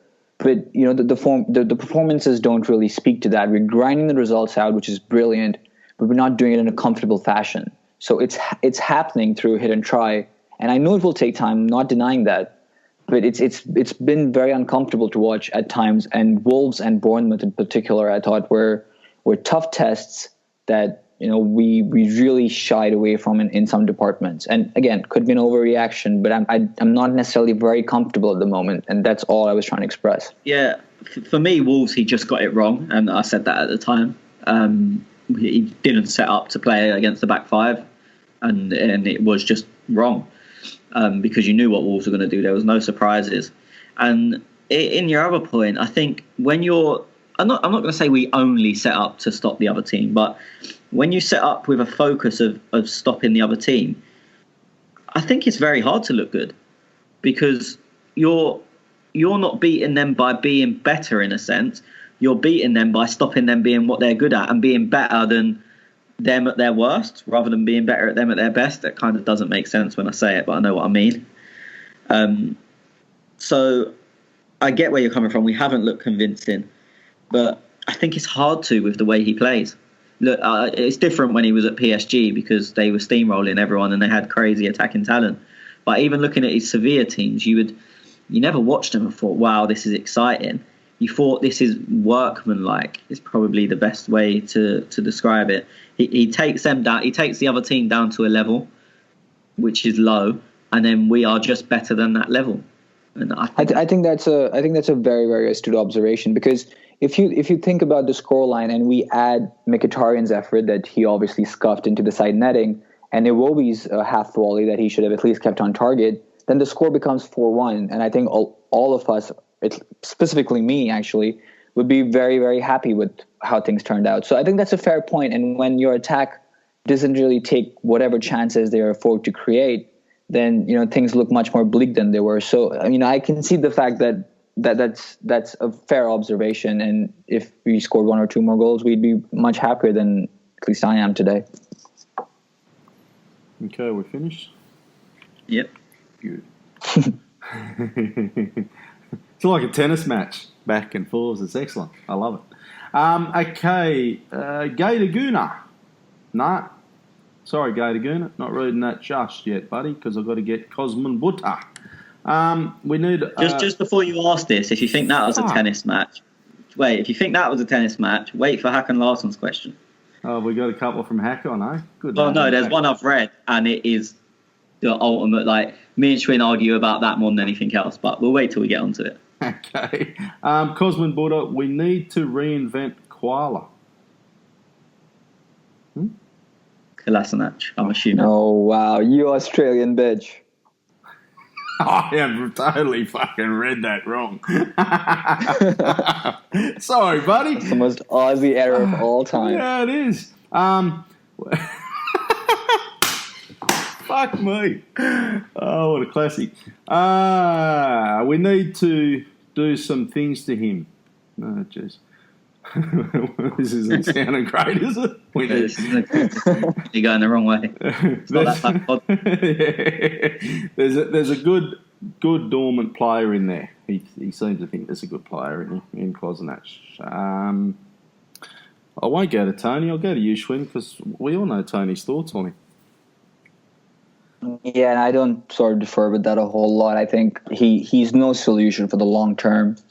He's someone in there, and because of the dynamic we find ourselves in that position with an aging Montreal, I think he'll stick around, because I think it's going to be tough for us to get rid of him with the displays he's shown so far.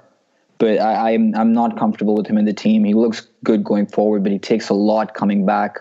And with the amount of bodies we tend to put forward, we will struggle coming back. And when your left back or left wing back is struggling, then that's a big hole for the opposition to exploit. And that's how we conceded in a way yesterday. So I'm not very happy with him. I think he'll be with us maybe till the summer, maybe next window in the winter. But he doesn't have a long future at Arsenal Football Club for me. I'll keep moving forward, but I've just been a little bit disappointed. Like, I know he come in as a free and whatnot, but what was he, the bloody left back in the Bundesliga, and they all talk about that, and I think, this is going to be good, but we just have not seen that, have we? So I've just been a little bit left disappointed with him. Gator Gooner, he has a rant. I know what Emery is working with, and we have a deadly attack, but why the hell does every team that plays against us look like they have a better counter-attack? Is it because we keep pushing our right back and left back so far forward we're left open? You want to tackle that, Tony? It's type of a rant and a question. I think he's answered his own point. In an ideal world, the majority of the time your fullbacks or wingbacks should work in pairs, so if one goes, the other doesn't. And also your holding midfielder should work in tandem with them. If they both go, your holding midfielder absolutely has to stay, no matter the situation, unless you're 5 minutes to go and losing or chasing a goal. I don't think our pairings work very well in that sense, which always leaves us open for the counter-attack. And it's been something that's gone on pretty much the whole time I've supported Arsenal. So even look, yesterday, forget the game management, which is a joke. It's for their goal, you've got both fullbacks forward and Torreira forward, which just, as I said, even at that time of the game, it's absolutely criminal. But it shouldn't be. It shouldn't happen any time of the game. We're always going to be left open to the counter-attack like that. I think you can kind of discount the Wolves game from how much we was left open from the counter, because we was really chasing the game. And that you don't mind as such being caught in the counter in that situation, because you might as well lose 2-0 as 1-0 in trying to get a draw or whatever. But our pairings have never been brilliant. I don't mean like centre-back pairing, centre-midfield pairing, but your opposite wing is also in a pair with you. And I don't think we're great at that. Okay. Get a load of this cunt's name, Schwinn. Fuck me. Pappy DeLong KO. What a cunt of a name. What does that even mean? Fuck, who knows, mate? These clowns, they come up with these fuck names. I thought you weren't going to read questions from people whose names were weird. Are we not doing that anymore? I'll just keep moving on, fucky. He asked a question. He asked a question, though. So I'm half tempted to fucking read it. Let's just say Hakon Larsson asked that question. He's a good guy, isn't he? Hakon Larsson asks, can we appoint a game management coach who literally works from about the 42nd minute till half time, and then from the 85th minute onwards, you guys start the Just Giving page? Go, Schwinn. It's one of those questions, that baffle me so much. I mean, You often hear about managers, and it's easy to say, okay, this manager is good at this, attacking. This manager is good at set pieces. This manager is bad at organizing his defenses. But never do you hear a complaint that this manager is not good in the first half or in the second half. And we seem to find ourselves in this odd position where our manager is really struggling to get the game moving early on. Other than that Liverpool game, I think that's been a very consistent pattern throughout the season.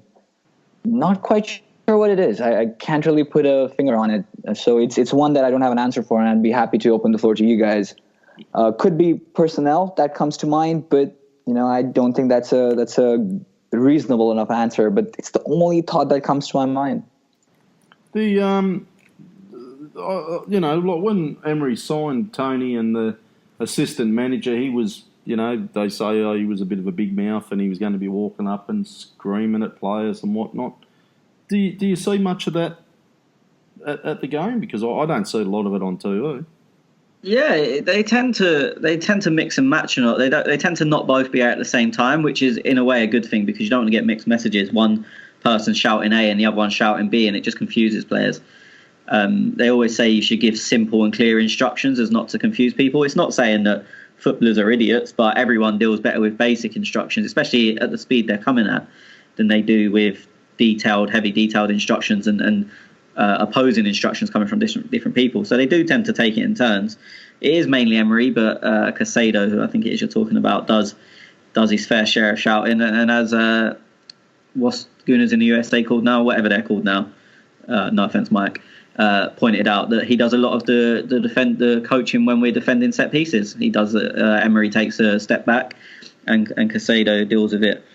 So he does do a bit. I mean, in response to the question, I think I've read it differently to Schwinn because I always bang on about game management. So I think what he meant from stop making the stupid mistakes just before half time, as Monreal did at Fulham and Xhaka did at Cardiff and everyone did yesterday, because the game management of the players, and I don't think you can blame a coach or a manager. Well, you can blame the coach and the manager because they've not instilled that mentality into their team, that you just see a game out or see a half out.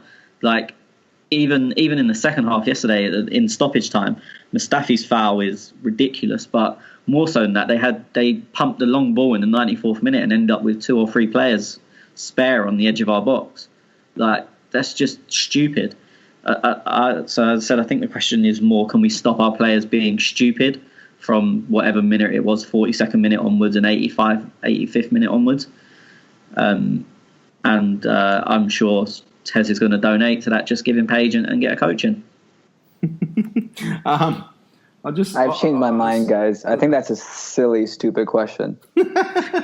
I'm just sitting there thinking about Mike's podcast name. I think it's the Arsenal podcast, something along them lines. The Gooners podcast. Oh, the Gooners podcast, is it? Okay. Yeah. That's all right. You had me stumped. I'm thinking, was Gooners in the USA? And I was, yeah. Anyway, the Gooners podcast. How are we, Mike? He's not going to reply. He's not here. Why? I want him to fucking talk to me. Can we get like a fucking telephone thing where people can ring me up and talk? That'd be fucking... Yeah, we have a live caller section, mate. Oh, yeah. We're going to do that shit again. Okay, we'll do that next week. Okay, Vish says, shaky opening 9 minutes of the game, but we grew into it and bossed it for parts of the game. Okay. Mickey looks like he needs to lose some weight. I never noticed that, but anyway, I'll take your word, Vish. And gain some match sharpness. Yes, he does. He seemed out of sync during the game. Would you go this formation against the Spurs, or go 4-5-1, or 4-1-3-2? Tony. Mkhitaryan's just got one of them body shapes where they're never going to look super trim. I'd say there's sort of players like Juan Mata who's quite similar. They're not fat by any stretch of the imagination. Onto the formation thing. I'm probably in a rare breed that I think a back five is probably overall the best system. Not saying for us, just in general, if I was to set up a team. But I wouldn't do it against Tottenham because I wouldn't want to leave 2 in the middle.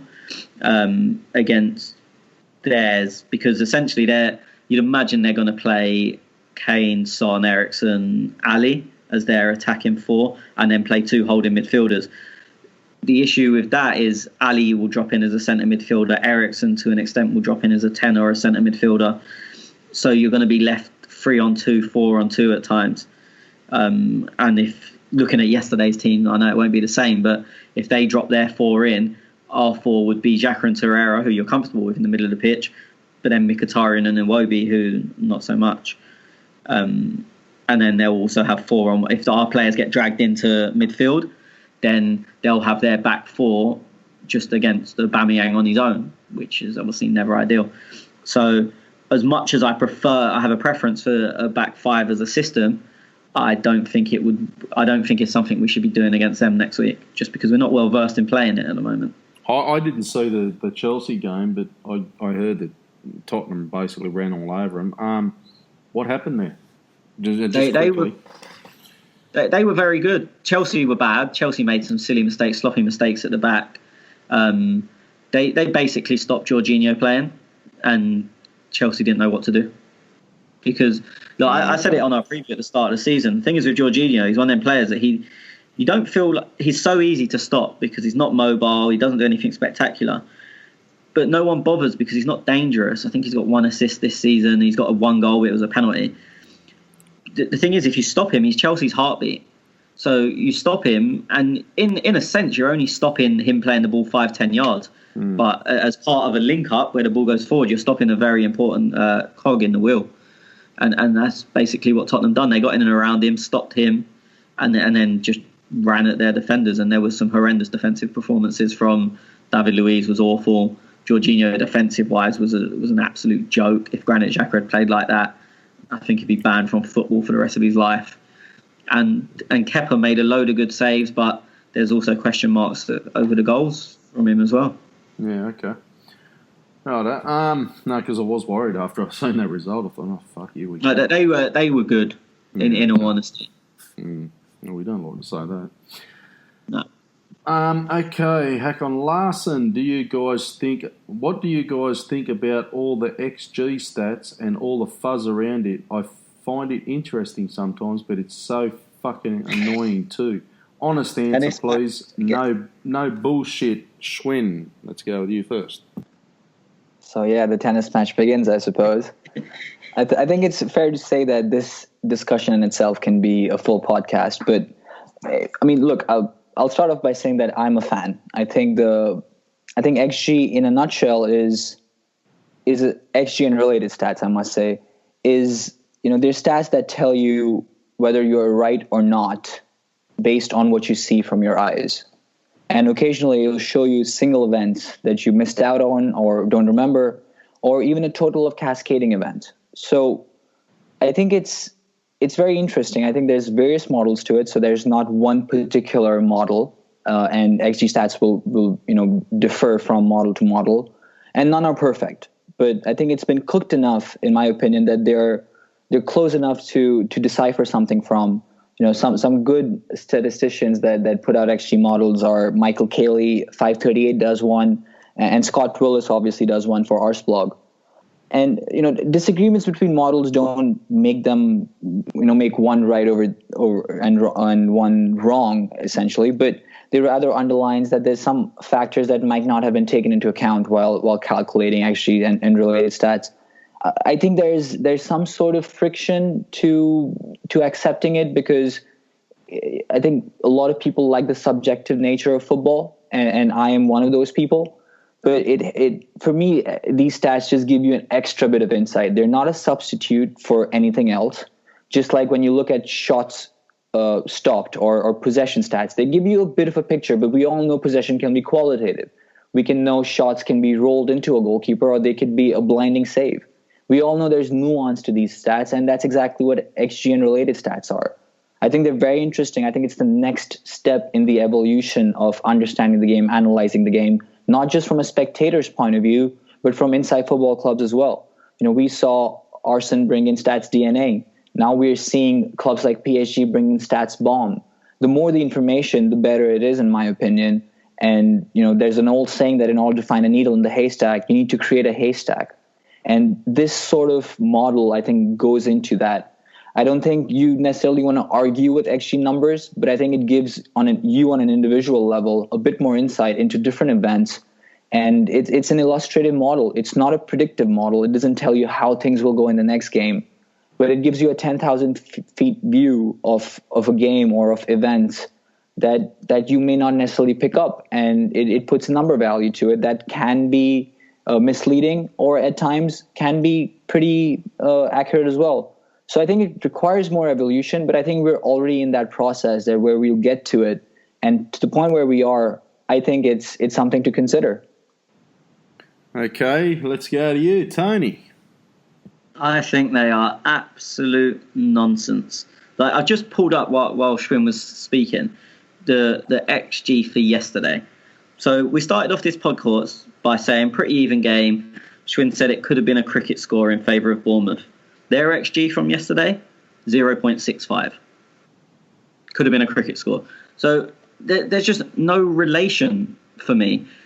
First off, the reason I initially, the first time I ever heard of XG, completely discounted it, is the only position on a football pitch where it's probably quantifiable, completely quantifiable, the expected goals, is the penalty spot, because it's the same distance, it's the same amount of unmarked, and it's just you against the keeper.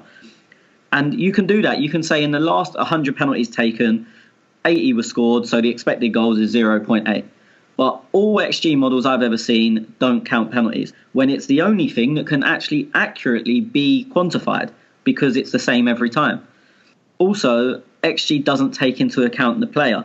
So say in the inside left channel, Thierry Henry with his open body, the expected goal would be huge because he scored that finish probably 150 times. Whereas that same chance with Nacho Monreal, the expected goal is completely different, but not in this model, because it only takes in positional, where that position is on the pitch. It doesn't, or how much pressure you're under. But that doesn't matter. Look, we're not all androids with the same ability. If everyone had the same ability, then XG would be a lot more accurate, because a player with such ability in this position should score this amount of times. But that's not how football is, and football will never be like that. We get joy out of watching the best players. The reason we enjoy the Champions League, the Premier League, is because we see the best players in the world doing what they're good at. This takes ability. XG takes ability out of football, which is ridiculous. It's saying that I've got the same amount of chance of scoring from a position as Lionel Messi, which is an absolute joke. I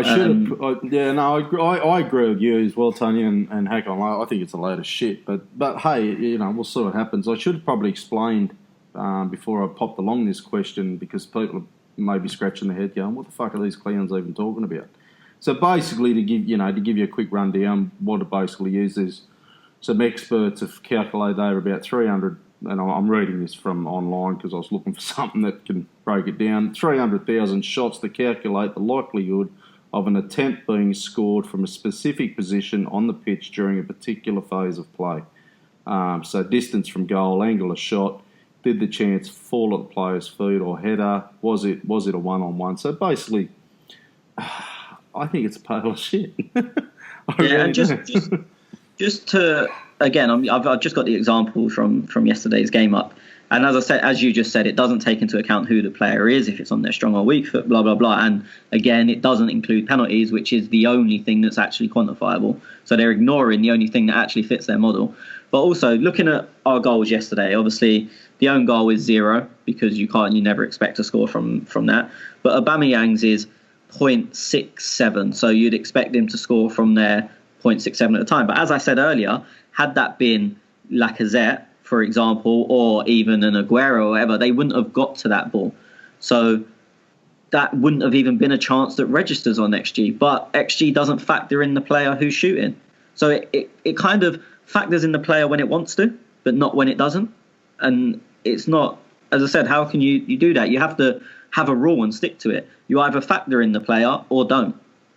So for me, the whole thing, as I said, I'm looking at Bournemouth's, and they had nothing that was above a 0.1, so basically a 10% expected goal. Oh, sorry, they did. Their free kick at the end was 15%. You'd expect to score from there, but nothing else above that, including Stanislas's chance, which was on this line of the 6-yard box, which for me, and he got a poor contact, which made it bad, but I would expect him to score from there much more than 10% of the time.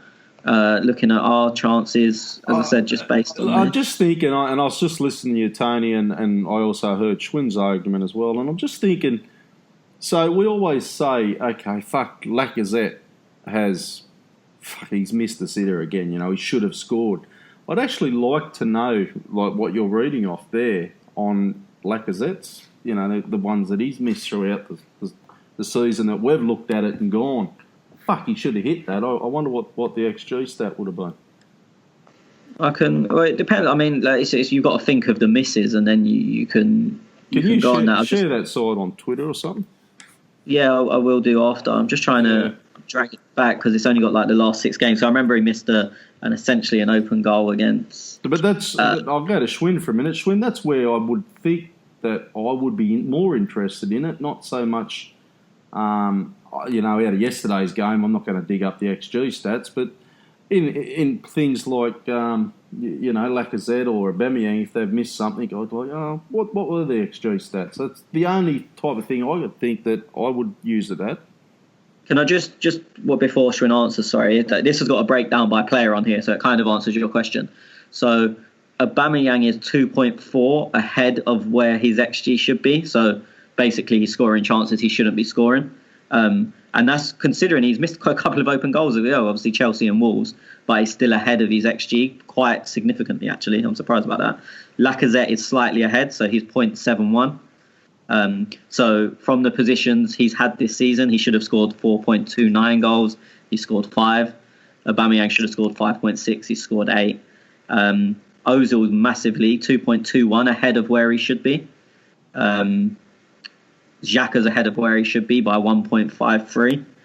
And then Mkhitaryan, Nacho Monreal and Iwobi are down on where they should be.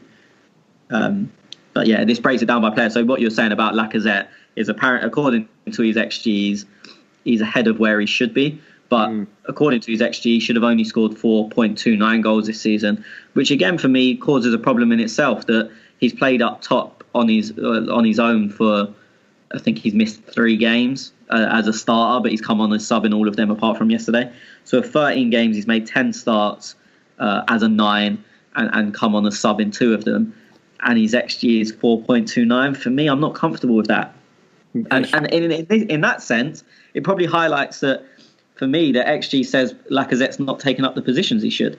So maybe I'm finding it useful in that sense, but as a broad spectrum, I think XG is useless. Well, you just made a good point there. I think you said Monreal he's down on what he should be.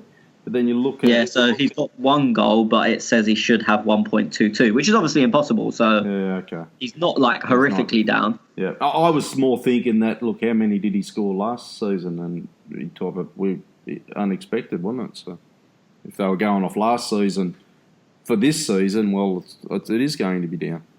But 1.2 is not really much. Yeah, as I said, he's got 1 against West Ham, and it's 1.22. But... Schwinn, so where would you use this information, mate? And what would prompt you to dig out the XG stats?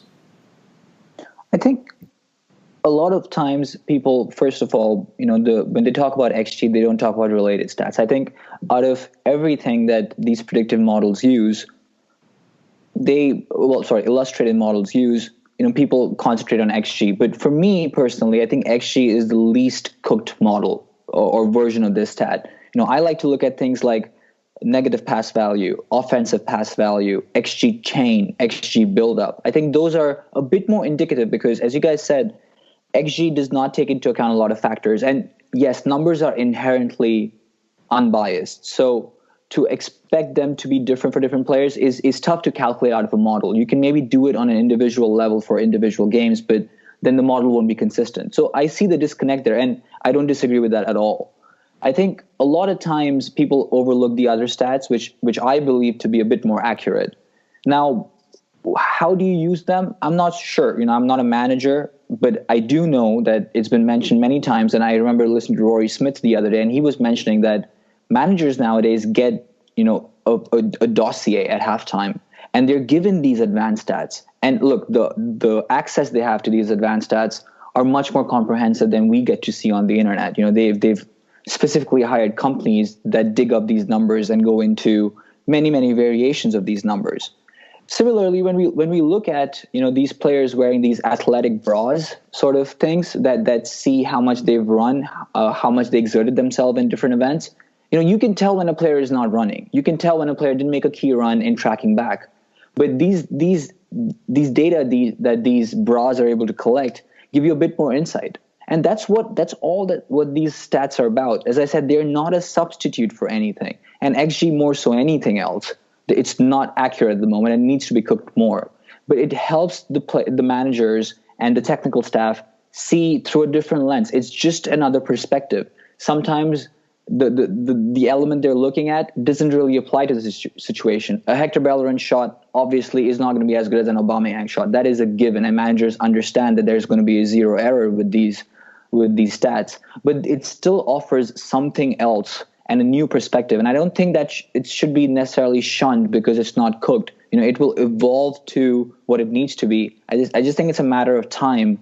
And I do think there's a definite place for these sort of stats in the future in the sport. Schwinn, I hope, sorry, Tez, I hope you haven't seen this, Schwinn. So obviously the Wolves game a couple of weeks ago, as I said, we watch football with our eyes. We know what happened. Take a guess at what the XG score was for Arsenal Wolves whenever it was 2 weeks ago.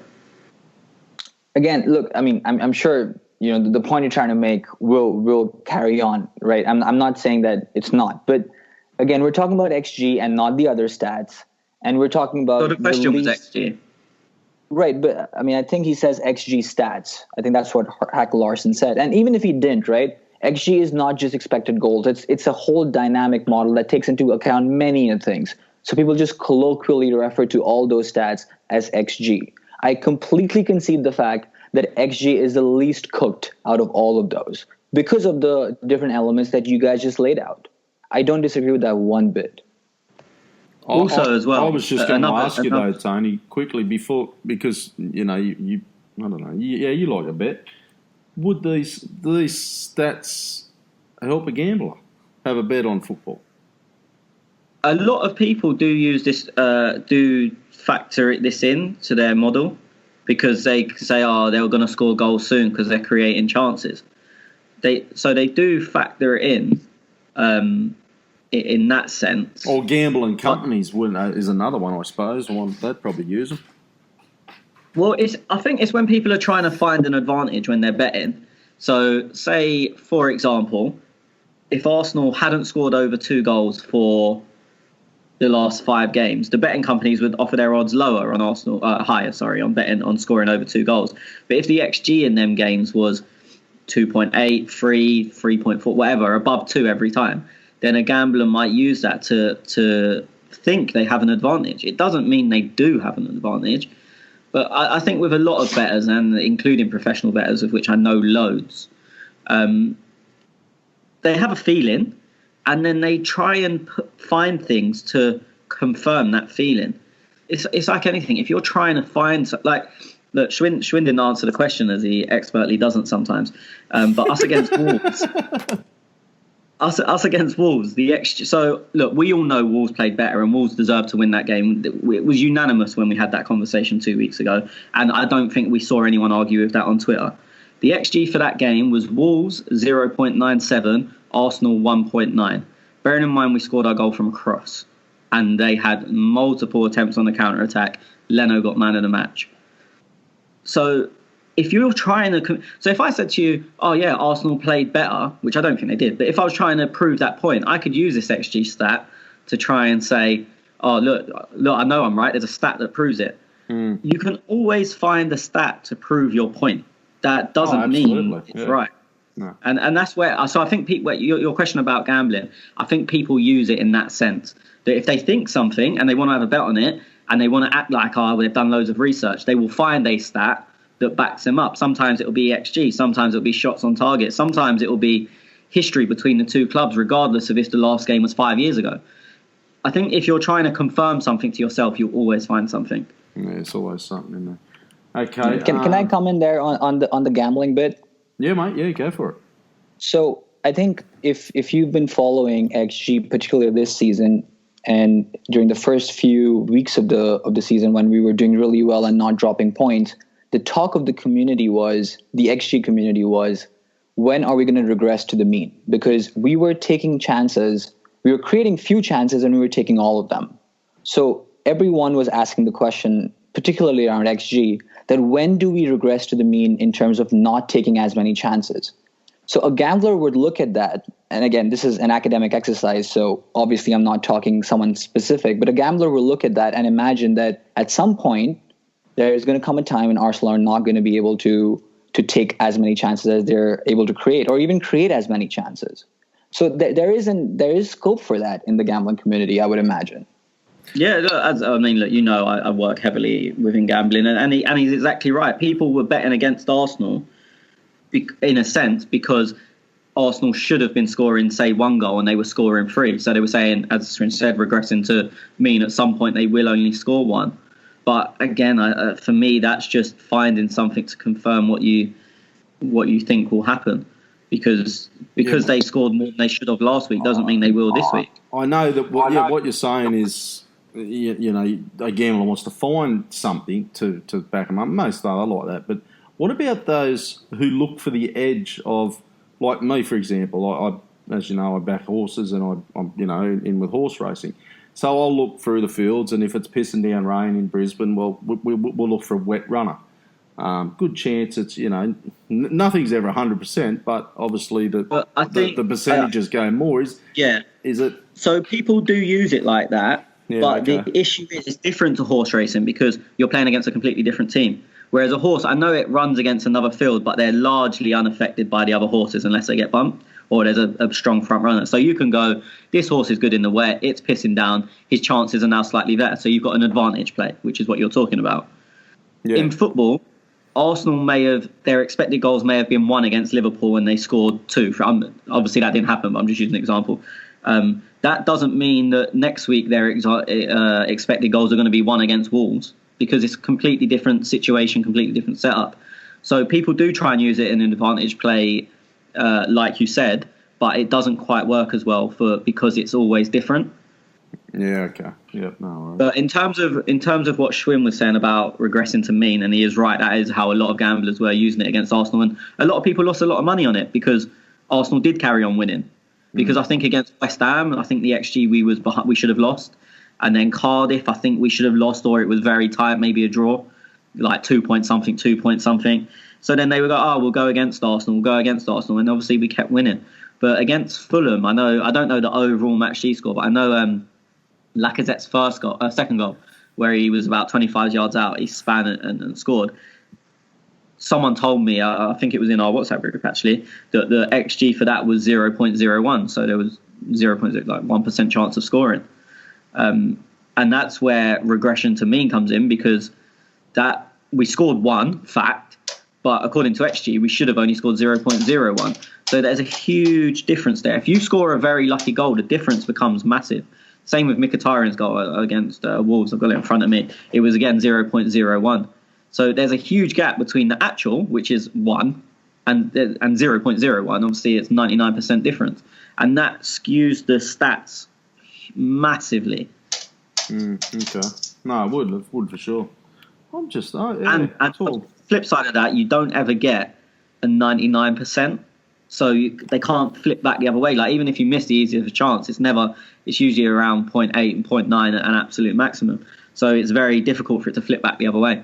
As I said, Aubameyang's goal, which they only count it from the moment you've touched the ball, right? So if you don't touch the ball, it doesn't register on XG at all. If you don't have a shot. So they're saying from the moment Aubameyang got on the ball yesterday for his goal, it's only 0.65. I would argue once you've got on the ball, that's the hard bit. As long as you're kicking that ball, you should score that.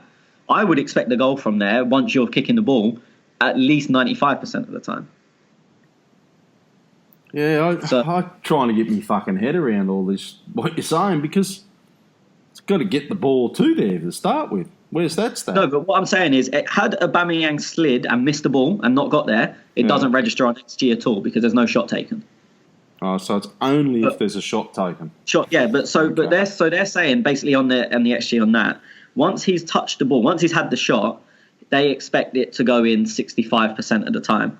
Whereas, as I said, for me, once he's gotten the ball, which is the moment they calculate the stat, for me that's a 95% chance. Yeah, true. No, you make a good point. I know this is going against a lot of what Schwinn does, because I know he talks about XG chain and whatnot, but I'm just talking about XG because I think. Well, I think Schwinn, we might have to put this on the list, mate, at the end of the season for a bit more in-depth discussion on this, and maybe learn a little bit along the way ourselves, because we better keep moving on. Absolutely. I mean, I've been trying to get my head around it as well, and I'm not particularly very strong when it comes to numbers, but I've been interacting with Mike Goodman, who, has, I think he's managing editor at Stats Bomb, who has now been recruited by PSG. And it is, I think the number one thing these people say is that it's an evolving stat. And I want to give them the benefit of time of developing the stat. But, I'm sure Mike would be happy to come on the podcast sometime. Maybe we can find time during the next international break, which will be February, I think, or March maybe, and get him on and educate us, because I'm by no means an expert on the subject. I just think it's got potential for it to be an item, or a fixture in the future. And I noticed Match of the Day has started using it as well. So there is merit to it, but that's not saying that it's correct all the time. We've spoken about regular stats, and we all know there's a qualitative edge that they do not capture. And that's what it's about. Not every number-based stat is going to be accurate all the time. I think we know that as a fact, even as of now. And a very critical element of what you guys talked about was that people use stats to essentially engage with confirmation bias, and they shun them when stats don't agree with them. And that's obviously the reason I didn't answer Tony's question about XG on Wolves that he very eloquently pointed out that I did. So there is truth to this. That's a universal truth. It's all right, mate. He's a cunt. Just to again go back to Schwinn's point on regressing to me, I'm not arguing it. So what he was saying is that we were overperforming. So I've just got it in front of me. West Ham, the expected goals was 1.79. We scored 3. Cardiff, it was 1.41. We scored 3. Newcastle, it was 0.9. We scored 2. Everton was 0.93. We scored 2. Watford was 1.57. We scored 2. Fulham was 1.1. We scored 5. So next year, though, these will go up to accommodate for this year? Is that how it works? No.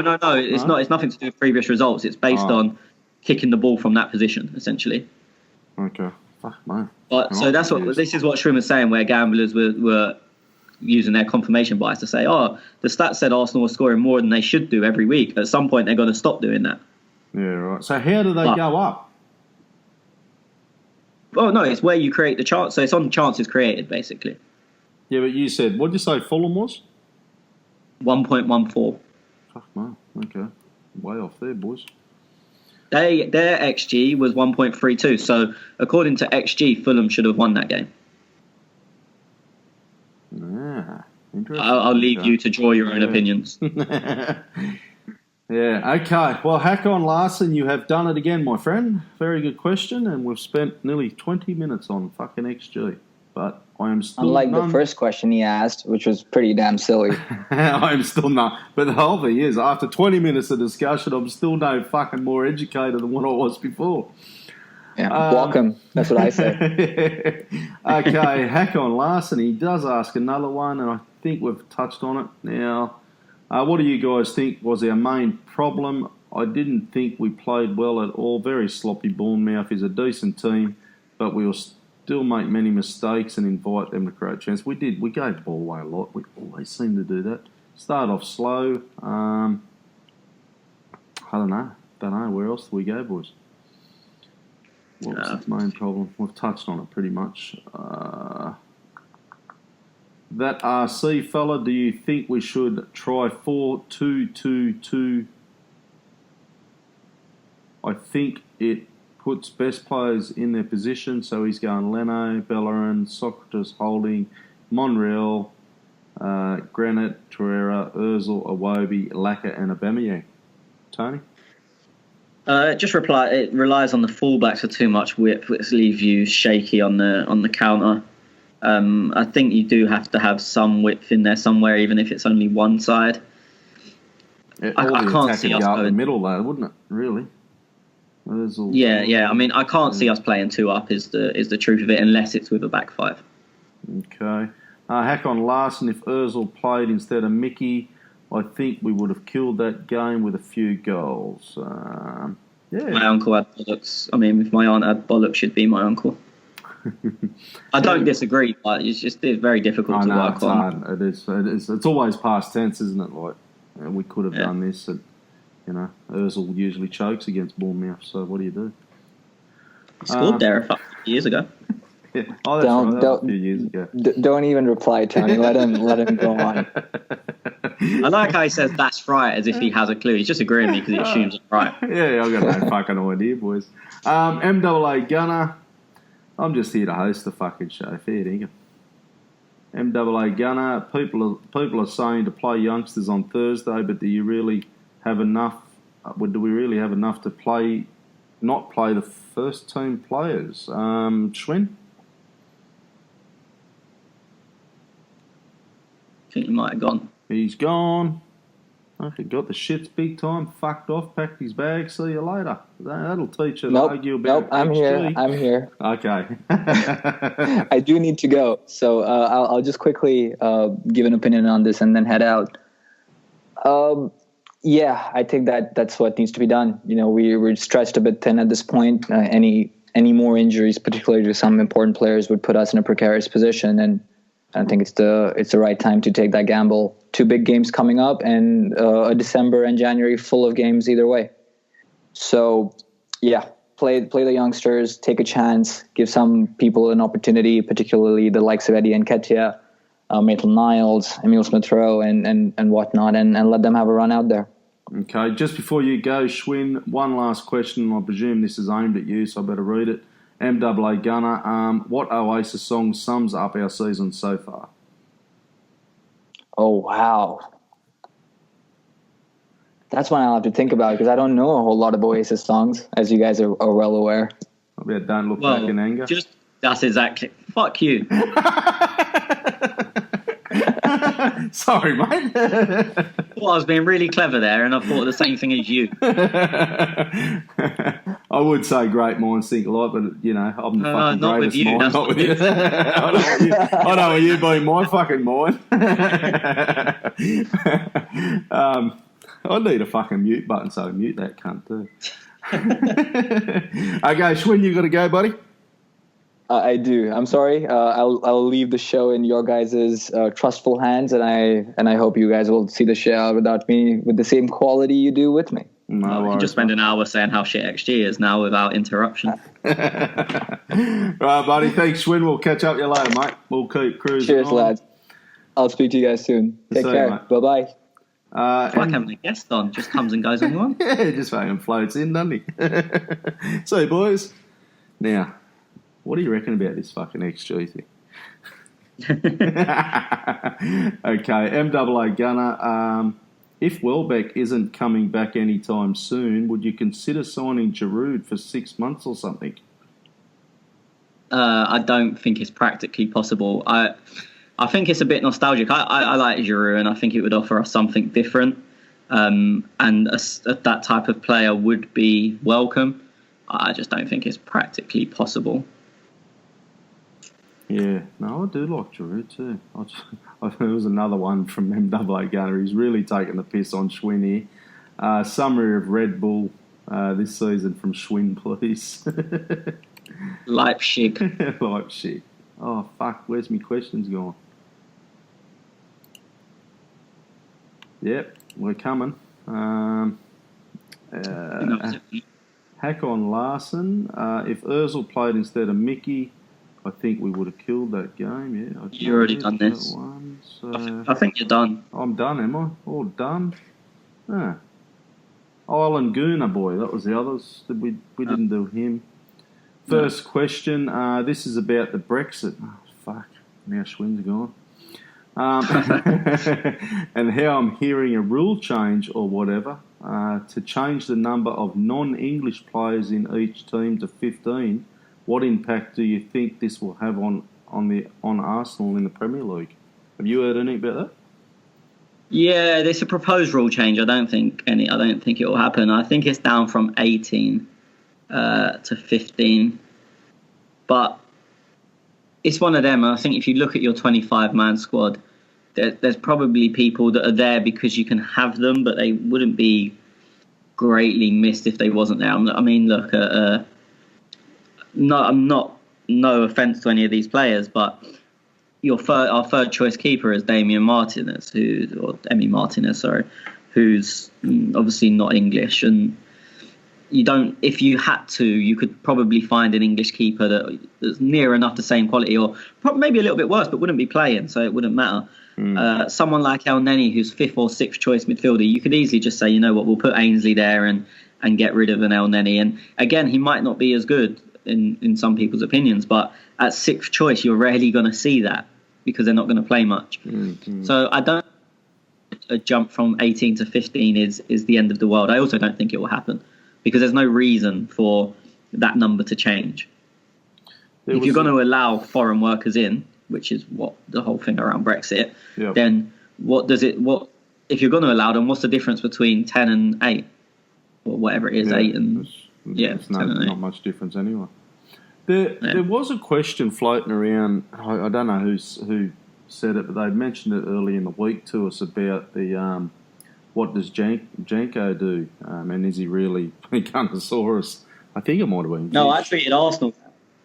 Oh, was that you? Was it? Yeah, they Arsenal put a tweet out saying you're allowed ask a question, but it's not allowed to be about football. And they said we've got 3 players coming in to answer them. I don't think they ever released that video, but I asked Arsenal, have you ever seen Jenko and Gunnosaurus in the same place?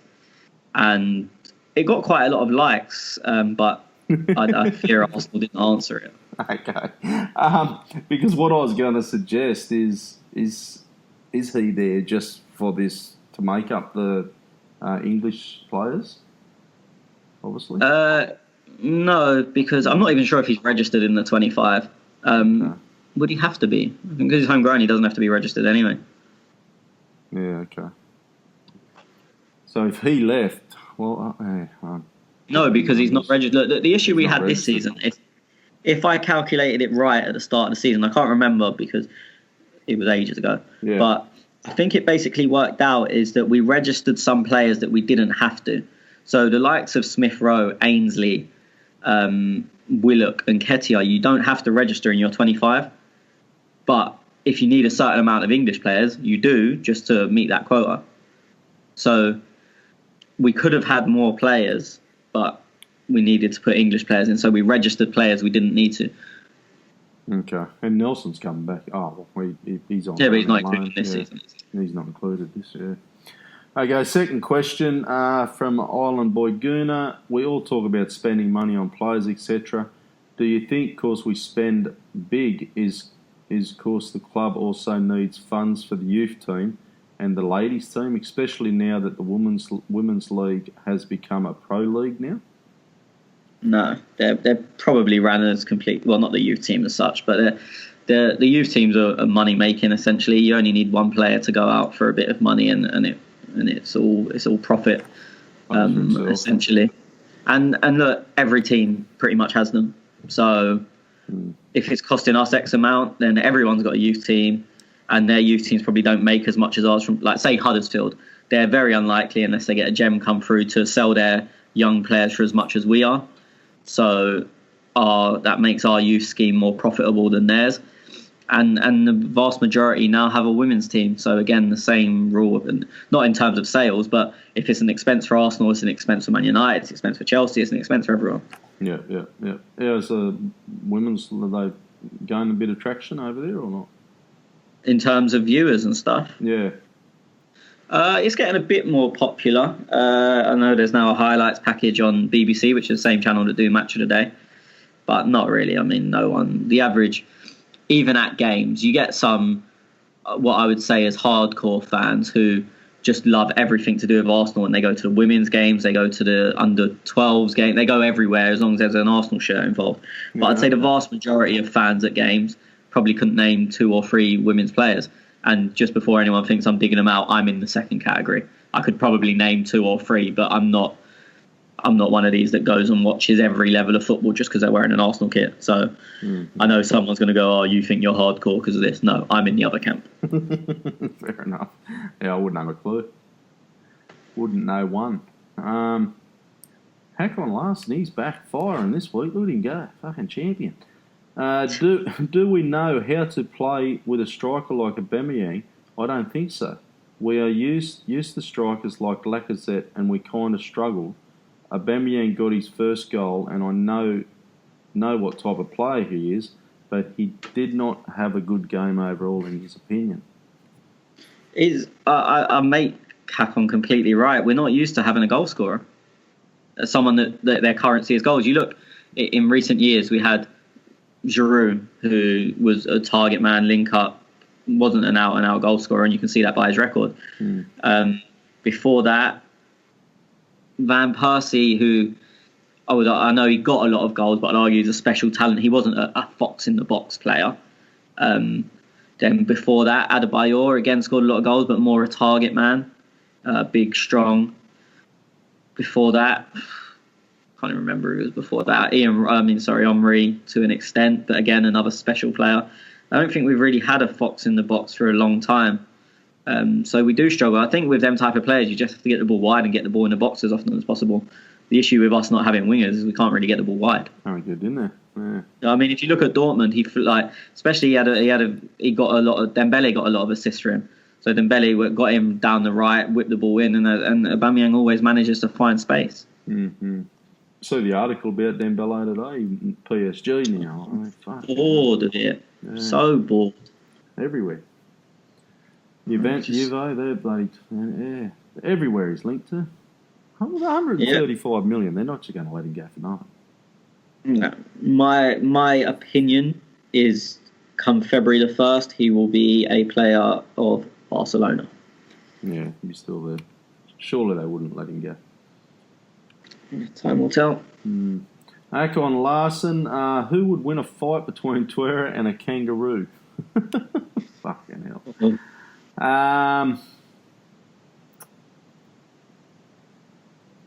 Tuera, I suppose. Not confident there. Too small. You're the specialist in kangaroos, so I'll leave this one to you. Jake Wren, AFC. Would you even take any first team players to Forskler ahead of the NLD? I think he may. It depends what you see as first team. I think that someone like Guendouzi will play. I think Mkhitaryan will travel and probably play. So one centre back's got to play, because at least one. Because imagine Pleggy comes in. I'm calling him Pleggy because his full name is difficult to say. That's still only one, so you need someone to play alongside him. Lichtsteiner will play. Maitland-Niles will probably play at left back. But there will have to be some, just because of the players we have.